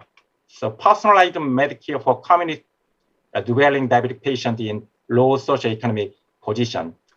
This is some kind of avatar by individual patient, the baby doctor, after input by individuals that can grow the mature toddler. The first mobile, the application for psychological counseling and support for individuals suffering from difficulty in managing diabetes owing to social, psychological, and economical burden in South Korea.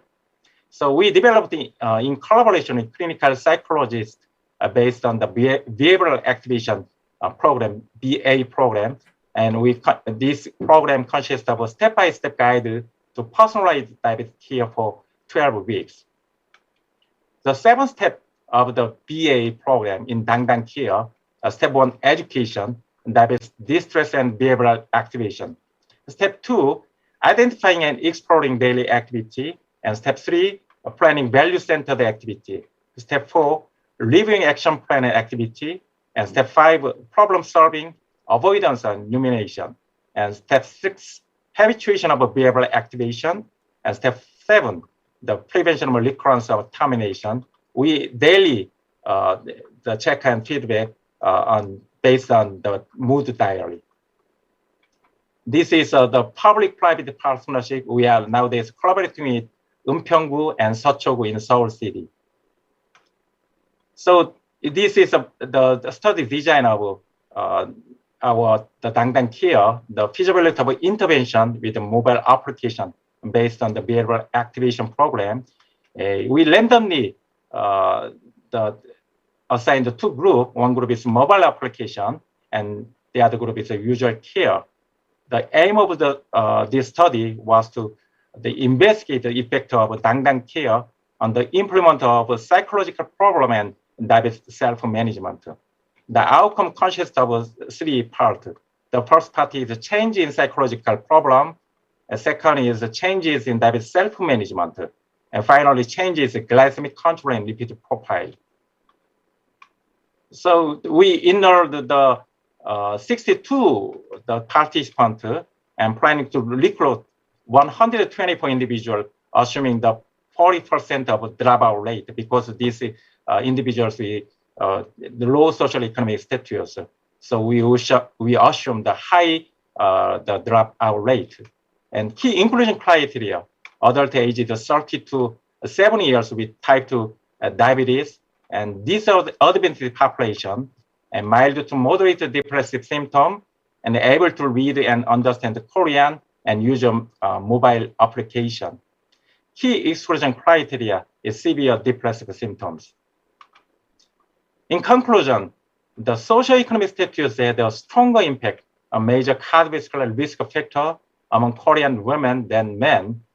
Moreover, despite the decline prevalence of obesity and hypertension during the study period, as the inequality measured by education and income for the smoking, obesity, and central obesity and diabetes and hypertension increased among Korean women over 17 years.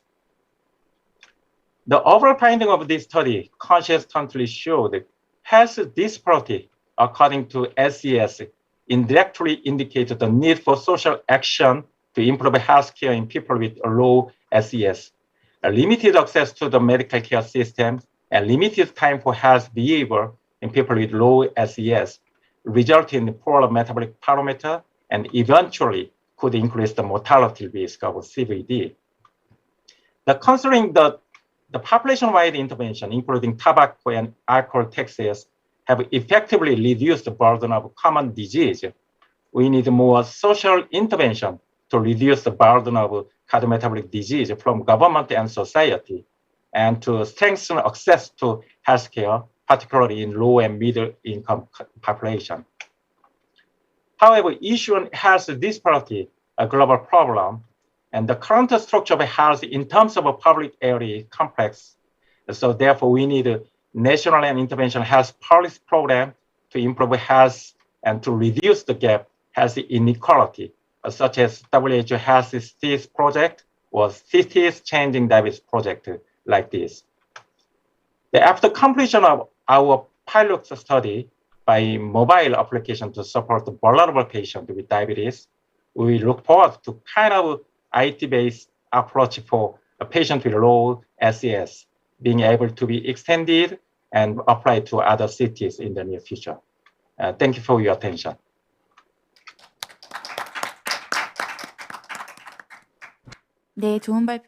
Thank you very much for that very insightful presentation. Now we heard from the four presenters all, and we want to give them a big thanks. Now I would like to invite our moderator, Professor Yoon, for the discussion session. Professor Yoon, please.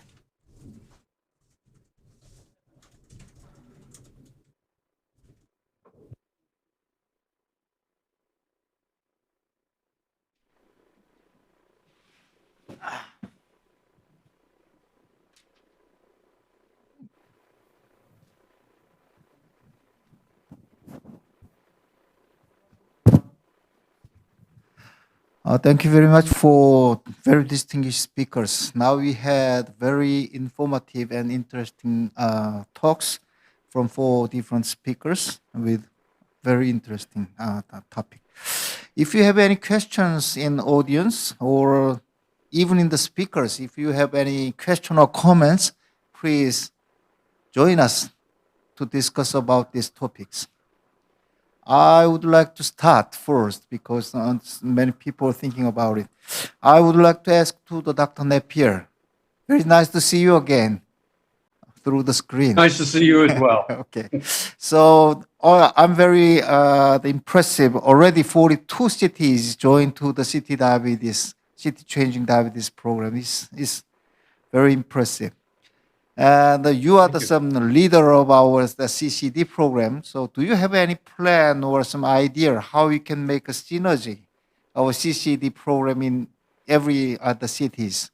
Because every city has their own some project, a very interesting project, and make some progress even in this serious COVID pandemic.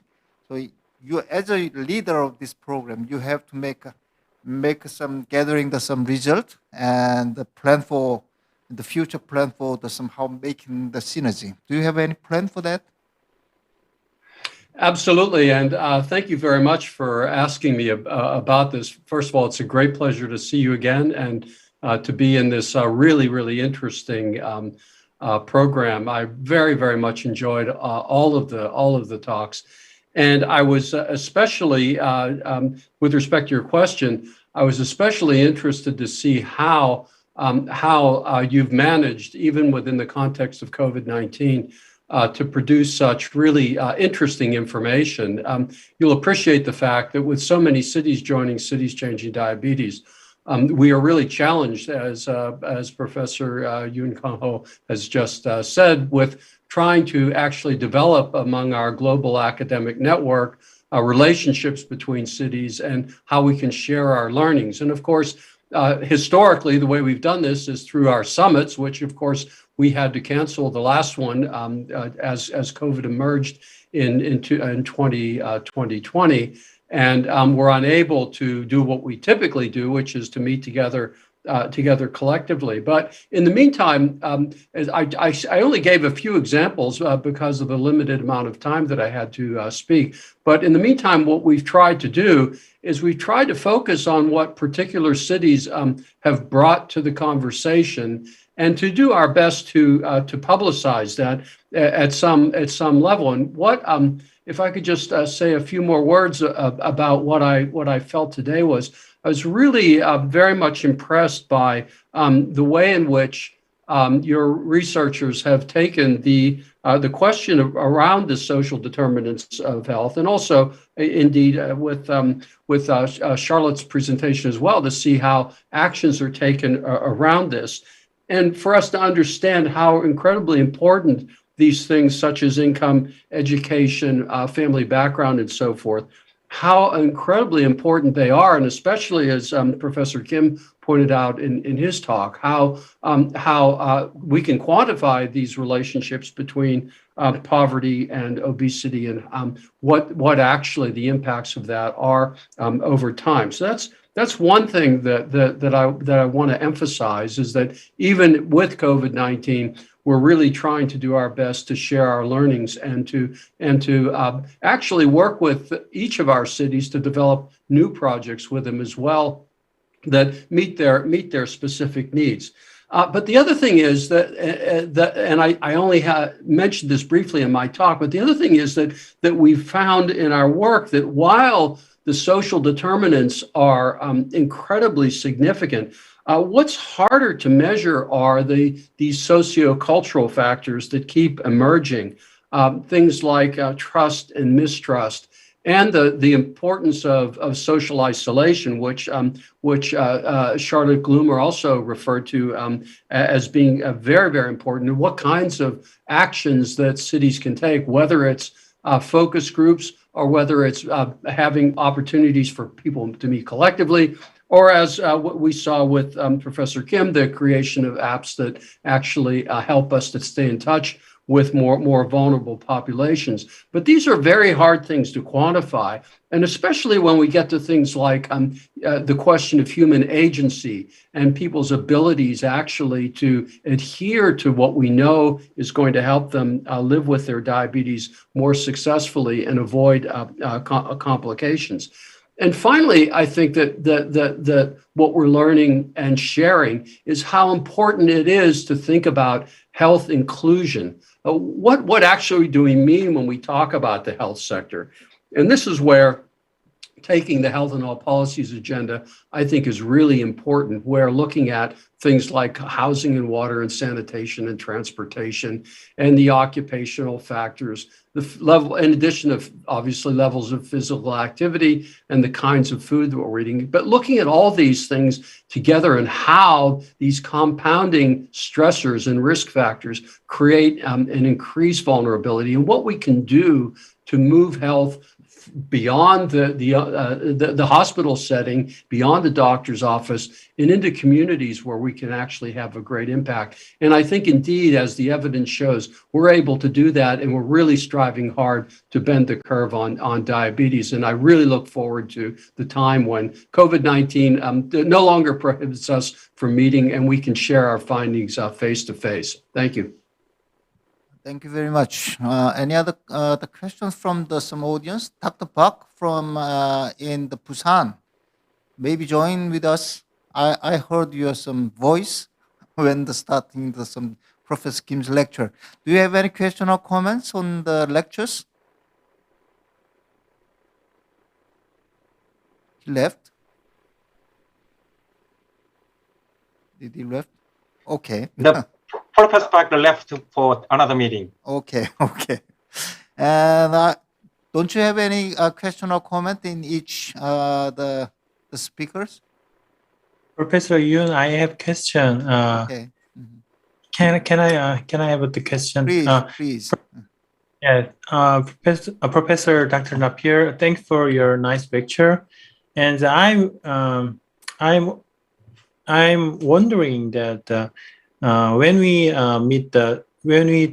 facing the COVID pandemic, I have some thoughts about the classic risk factors we know in kinds of the tobacco, alcohol, or some the sedentary lifestyle is still very firm factors to the cardiovascular disease or mortality, but many the lifestyle changes after the COVID-19 pandemic because some people are have to the social distance, so social distancing. So actually, we analyzed our cities some glycemic control after social distance or lockdown. But the very interestingly, very there are variable results. Some people's more well controlled, but another people's are not controlled. So I think we have to find some factors to affecting some glycemic control in pandemic situation. So do you have any idea to new risk factors in these situations? Well, I think this is a really interesting question. First of all, Professor Moon, I want to thank you for your really detailed presentation. It was absolutely fascinating, and I'm so glad this is being recorded because I want to listen to it again to dive deeper into the data that you present on the relationship between COVID-19 and diabetes and obesity. But thank you for asking me this. I think that one of the things that's become quite clear to us, and this of course has to do with social distancing, is how what we call the lived environment, that is to say, what the actual realities of what's the real world evidence around people's behaviors as it relates to social distancing, and how this actually has an impact on their behavior is just incredibly important. I mean, when you think about how we began thinking about vulnerability in COVID-19, of course, we thought about obesity and diabetes, immunosuppression, the elderly, but we weren't really thinking about, the fact that we couldn't have known then that 40% of COVID deaths in New York City, for example, are from care homes, and care homes are places where people share the same air, with smart buildings. We began to realize that, in fact, some of the most vulnerable people were people who lived in smart buildings who couldn't open windows, right? And that in fact, an elderly person living in suburban New York with a pension with a backyard to sit in was probably less vulnerable than someone on Park Avenue with a very high income who actually was unable to actually open the windows in their penthouse apartments. So what we're learning, I think, is that we have to really first of all, take the health and all policies agenda quite seriously and try to understand, as indeed I mentioned about our colleagues in Italy, to understand what do we know or don't know in any particular place around the health determinants in each of those sectors. And the second thing that I think is really emerging powerfully is the point you just alluded to, which is the mental health problem. We weren't really thinking a great deal about the strong impact that social distancing would have on mental health. And I think that this partially accounts for the variability in your data around people's management with respect to their ability to isolate. And I think there's a lot of work that really needs to be done here around the effect mental health, well, indeed the long-term effects of mental health as it relates to COVID-19, especially among young people. We could talk a lot about this, but just to give you one example, in Boston Children's Hospital, where they have a number of rooms for children who are considered to be at risk, either to themselves or to others, and need 24-hour surveillance and assistance from a provider. Now, they normally would have 3 or 4 children or adolescents in those rooms. Today, all the rooms are taken, and some people have to wait up to 11 or 12 days before they even get admission into the hospital. So the mental health, and this has been widely publicized, the mental health challenges are really quite significant. And I think we need to spend much, much more time on that. And indeed, that's one of the reasons I mentioned the Robert Wood Johnson policy brief, because in there is a specific section on the mental health challenges that are emerging from COVID-19. But thank you very much for this really important bringing up this very important topic. And again, I look forward to seeing your presentation again and to being in touch with you. Thank you. Dr. Thank Moon, you. do you have one more question? Yeah, okay. Okay. Okay. Thank you very much. And I have one question to the Charlotte Grumman. Dr. Charlotte, you developed some very interesting online education system. How do you advertise those kind of online system to the public, and how do you recruit some target population?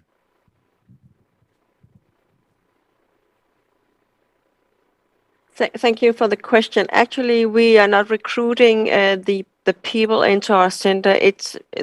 They are only having these kind of sessions if they are referred to our center to have a patient education in diabetes or cardiovascular diseases. So we do not recruit them. We're trying to recruit people, though, in deprived areas, going out in the churches, being in the civil society as well as healthcare professionals. And so that's the way to recruit people who are vulnerable and with a low education and with another ethnic background. But for the virtual sessions, they are recruited inside the center. Okay, thank you very much. Because the KDA, Korean Diabetes Association, also making some the YouTube education channel called 당뇨병의 정석. So we open to the whole public, and already 45,000 people was recruited as a visited to our YouTube channel, and they just read.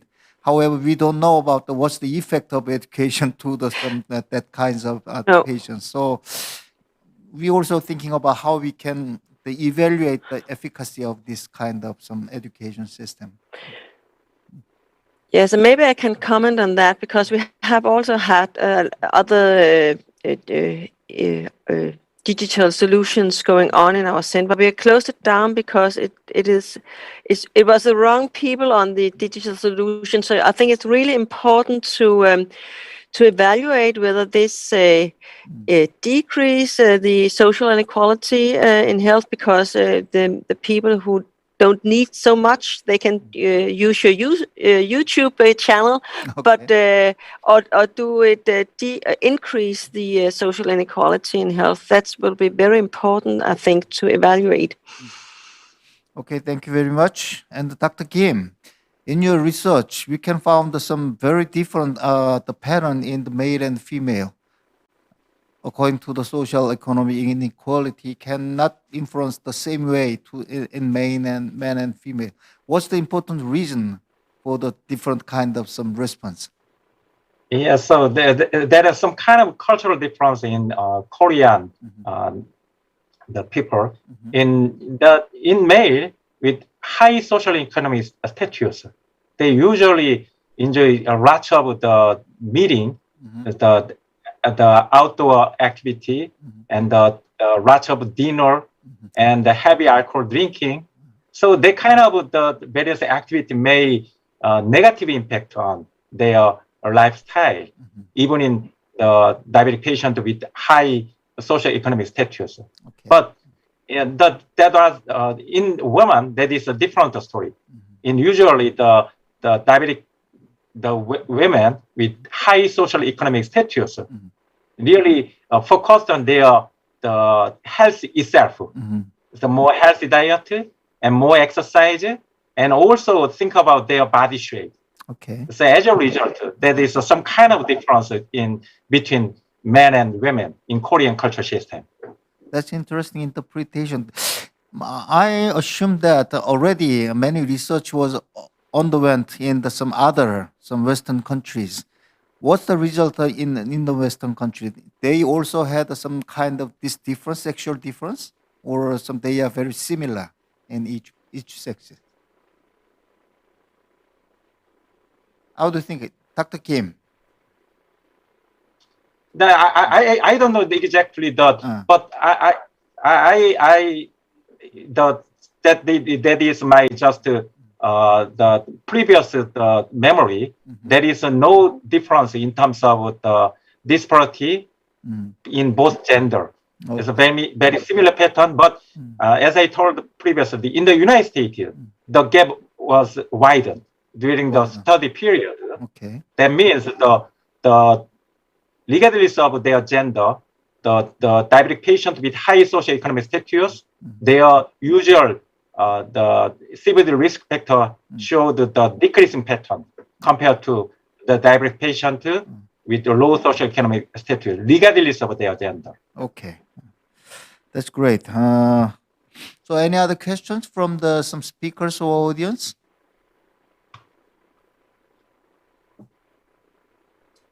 Okay, if you have any more questions, please very brief the statement for this kind of session. So if you have anything to say, please give some statement within 1 minute in each of the speakers.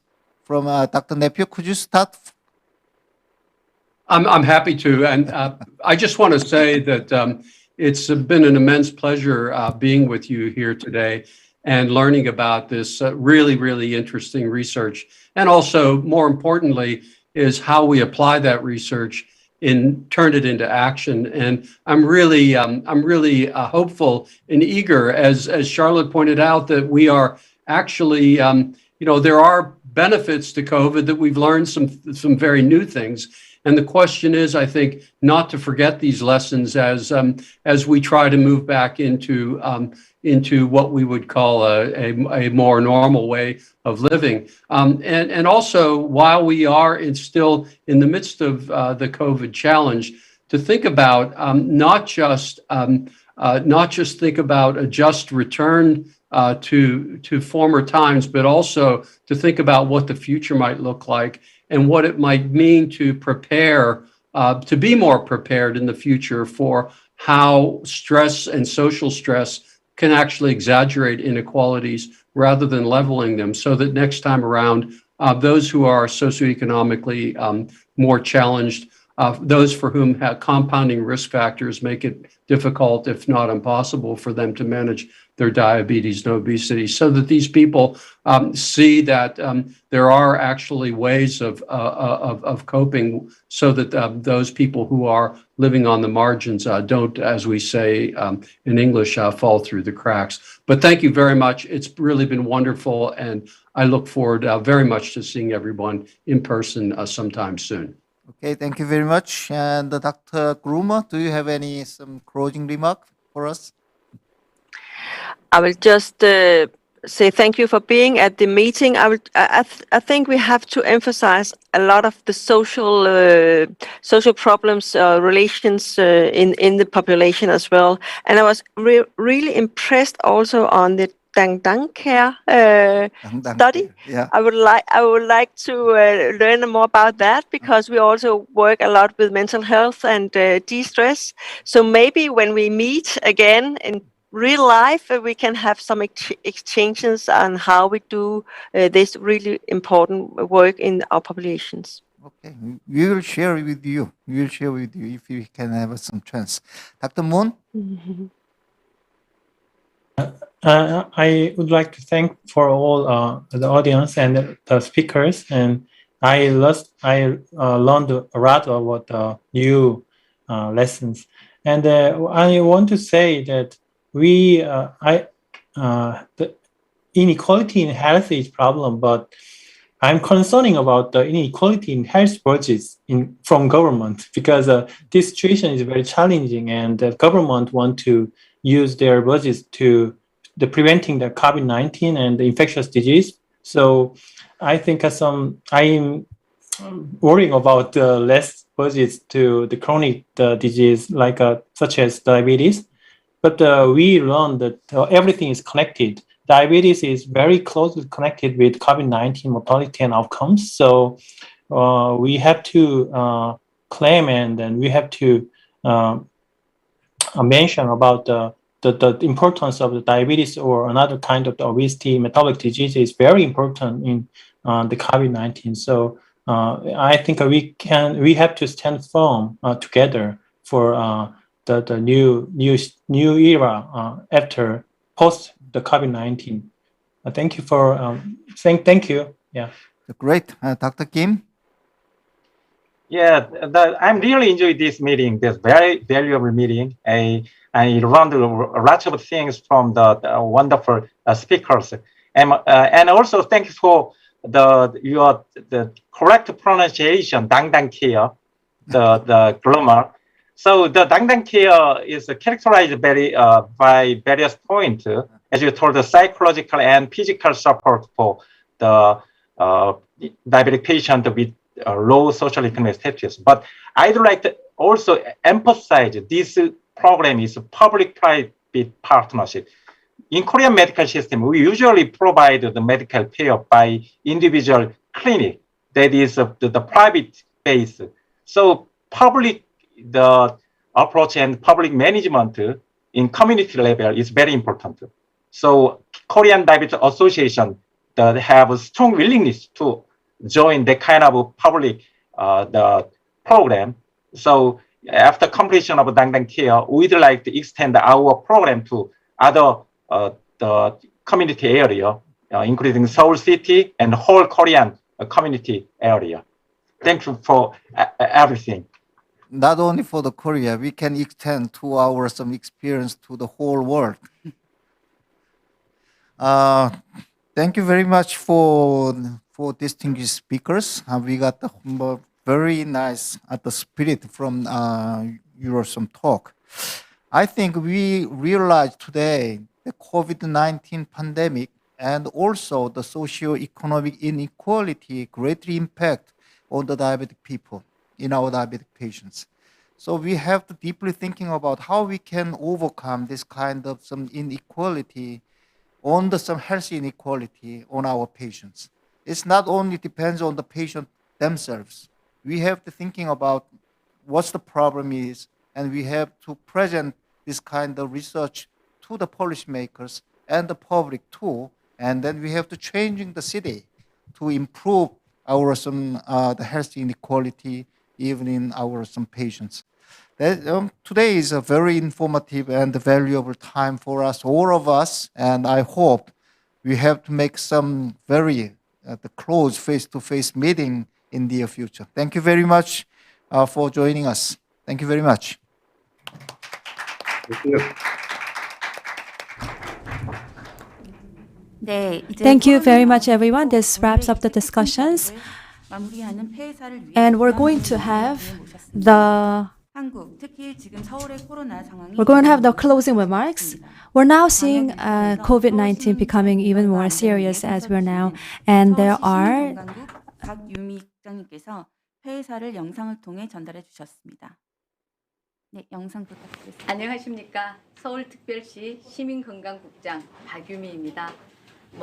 Hello, my name is Yumi Park, the Chief of Bureau of the Healthcare Policy. Thank you once again for the great seminar, for hosting the 2021 Cities Changing Diabetes and the related personnel.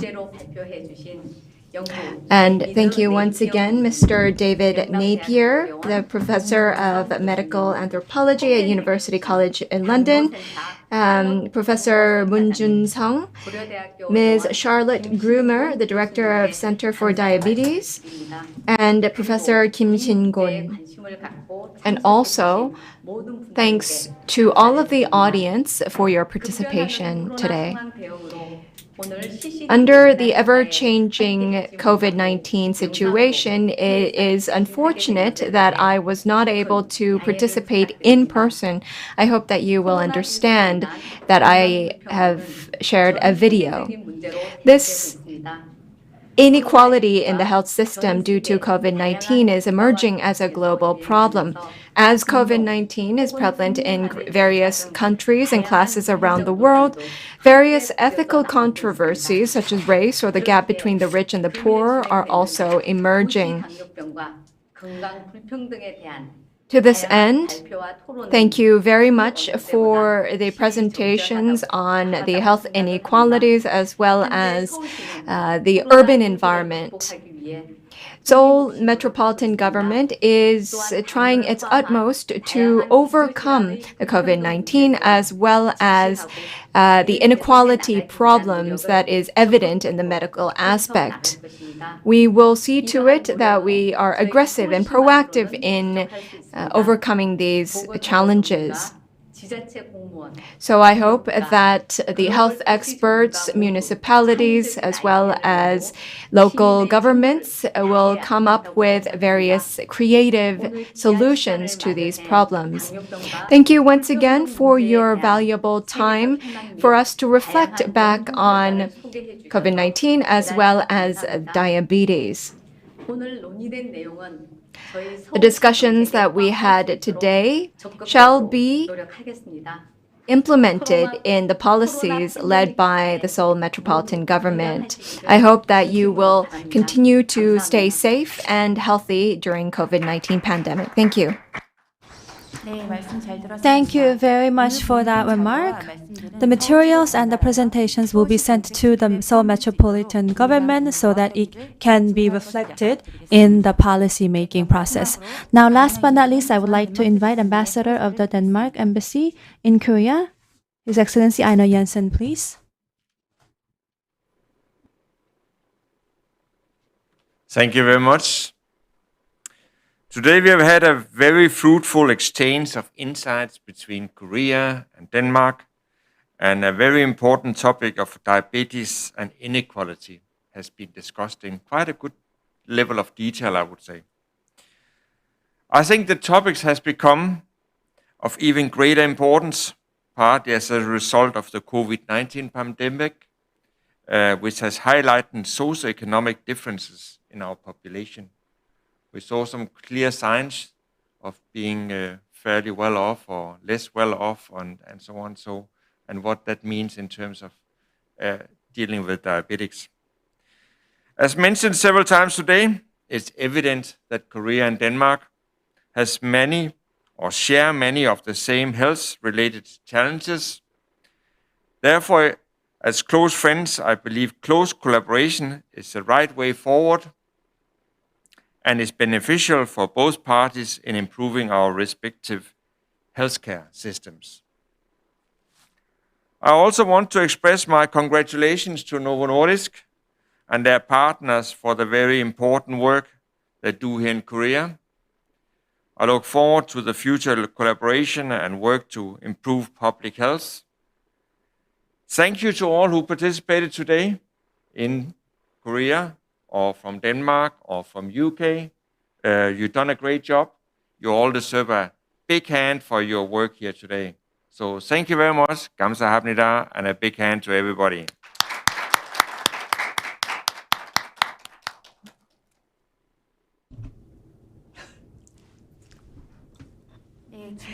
Thank you very much to Professor David Napier, Professor Moon, Kim, and Ms. Charlotte Gloomer. Thank you all very much. And thank you everyone for staying with us for a long time. We want to give you a big shout out. Thank you all. Now this brings us to the end of the 2021 CCD webinar. Thank you all. Goodbye.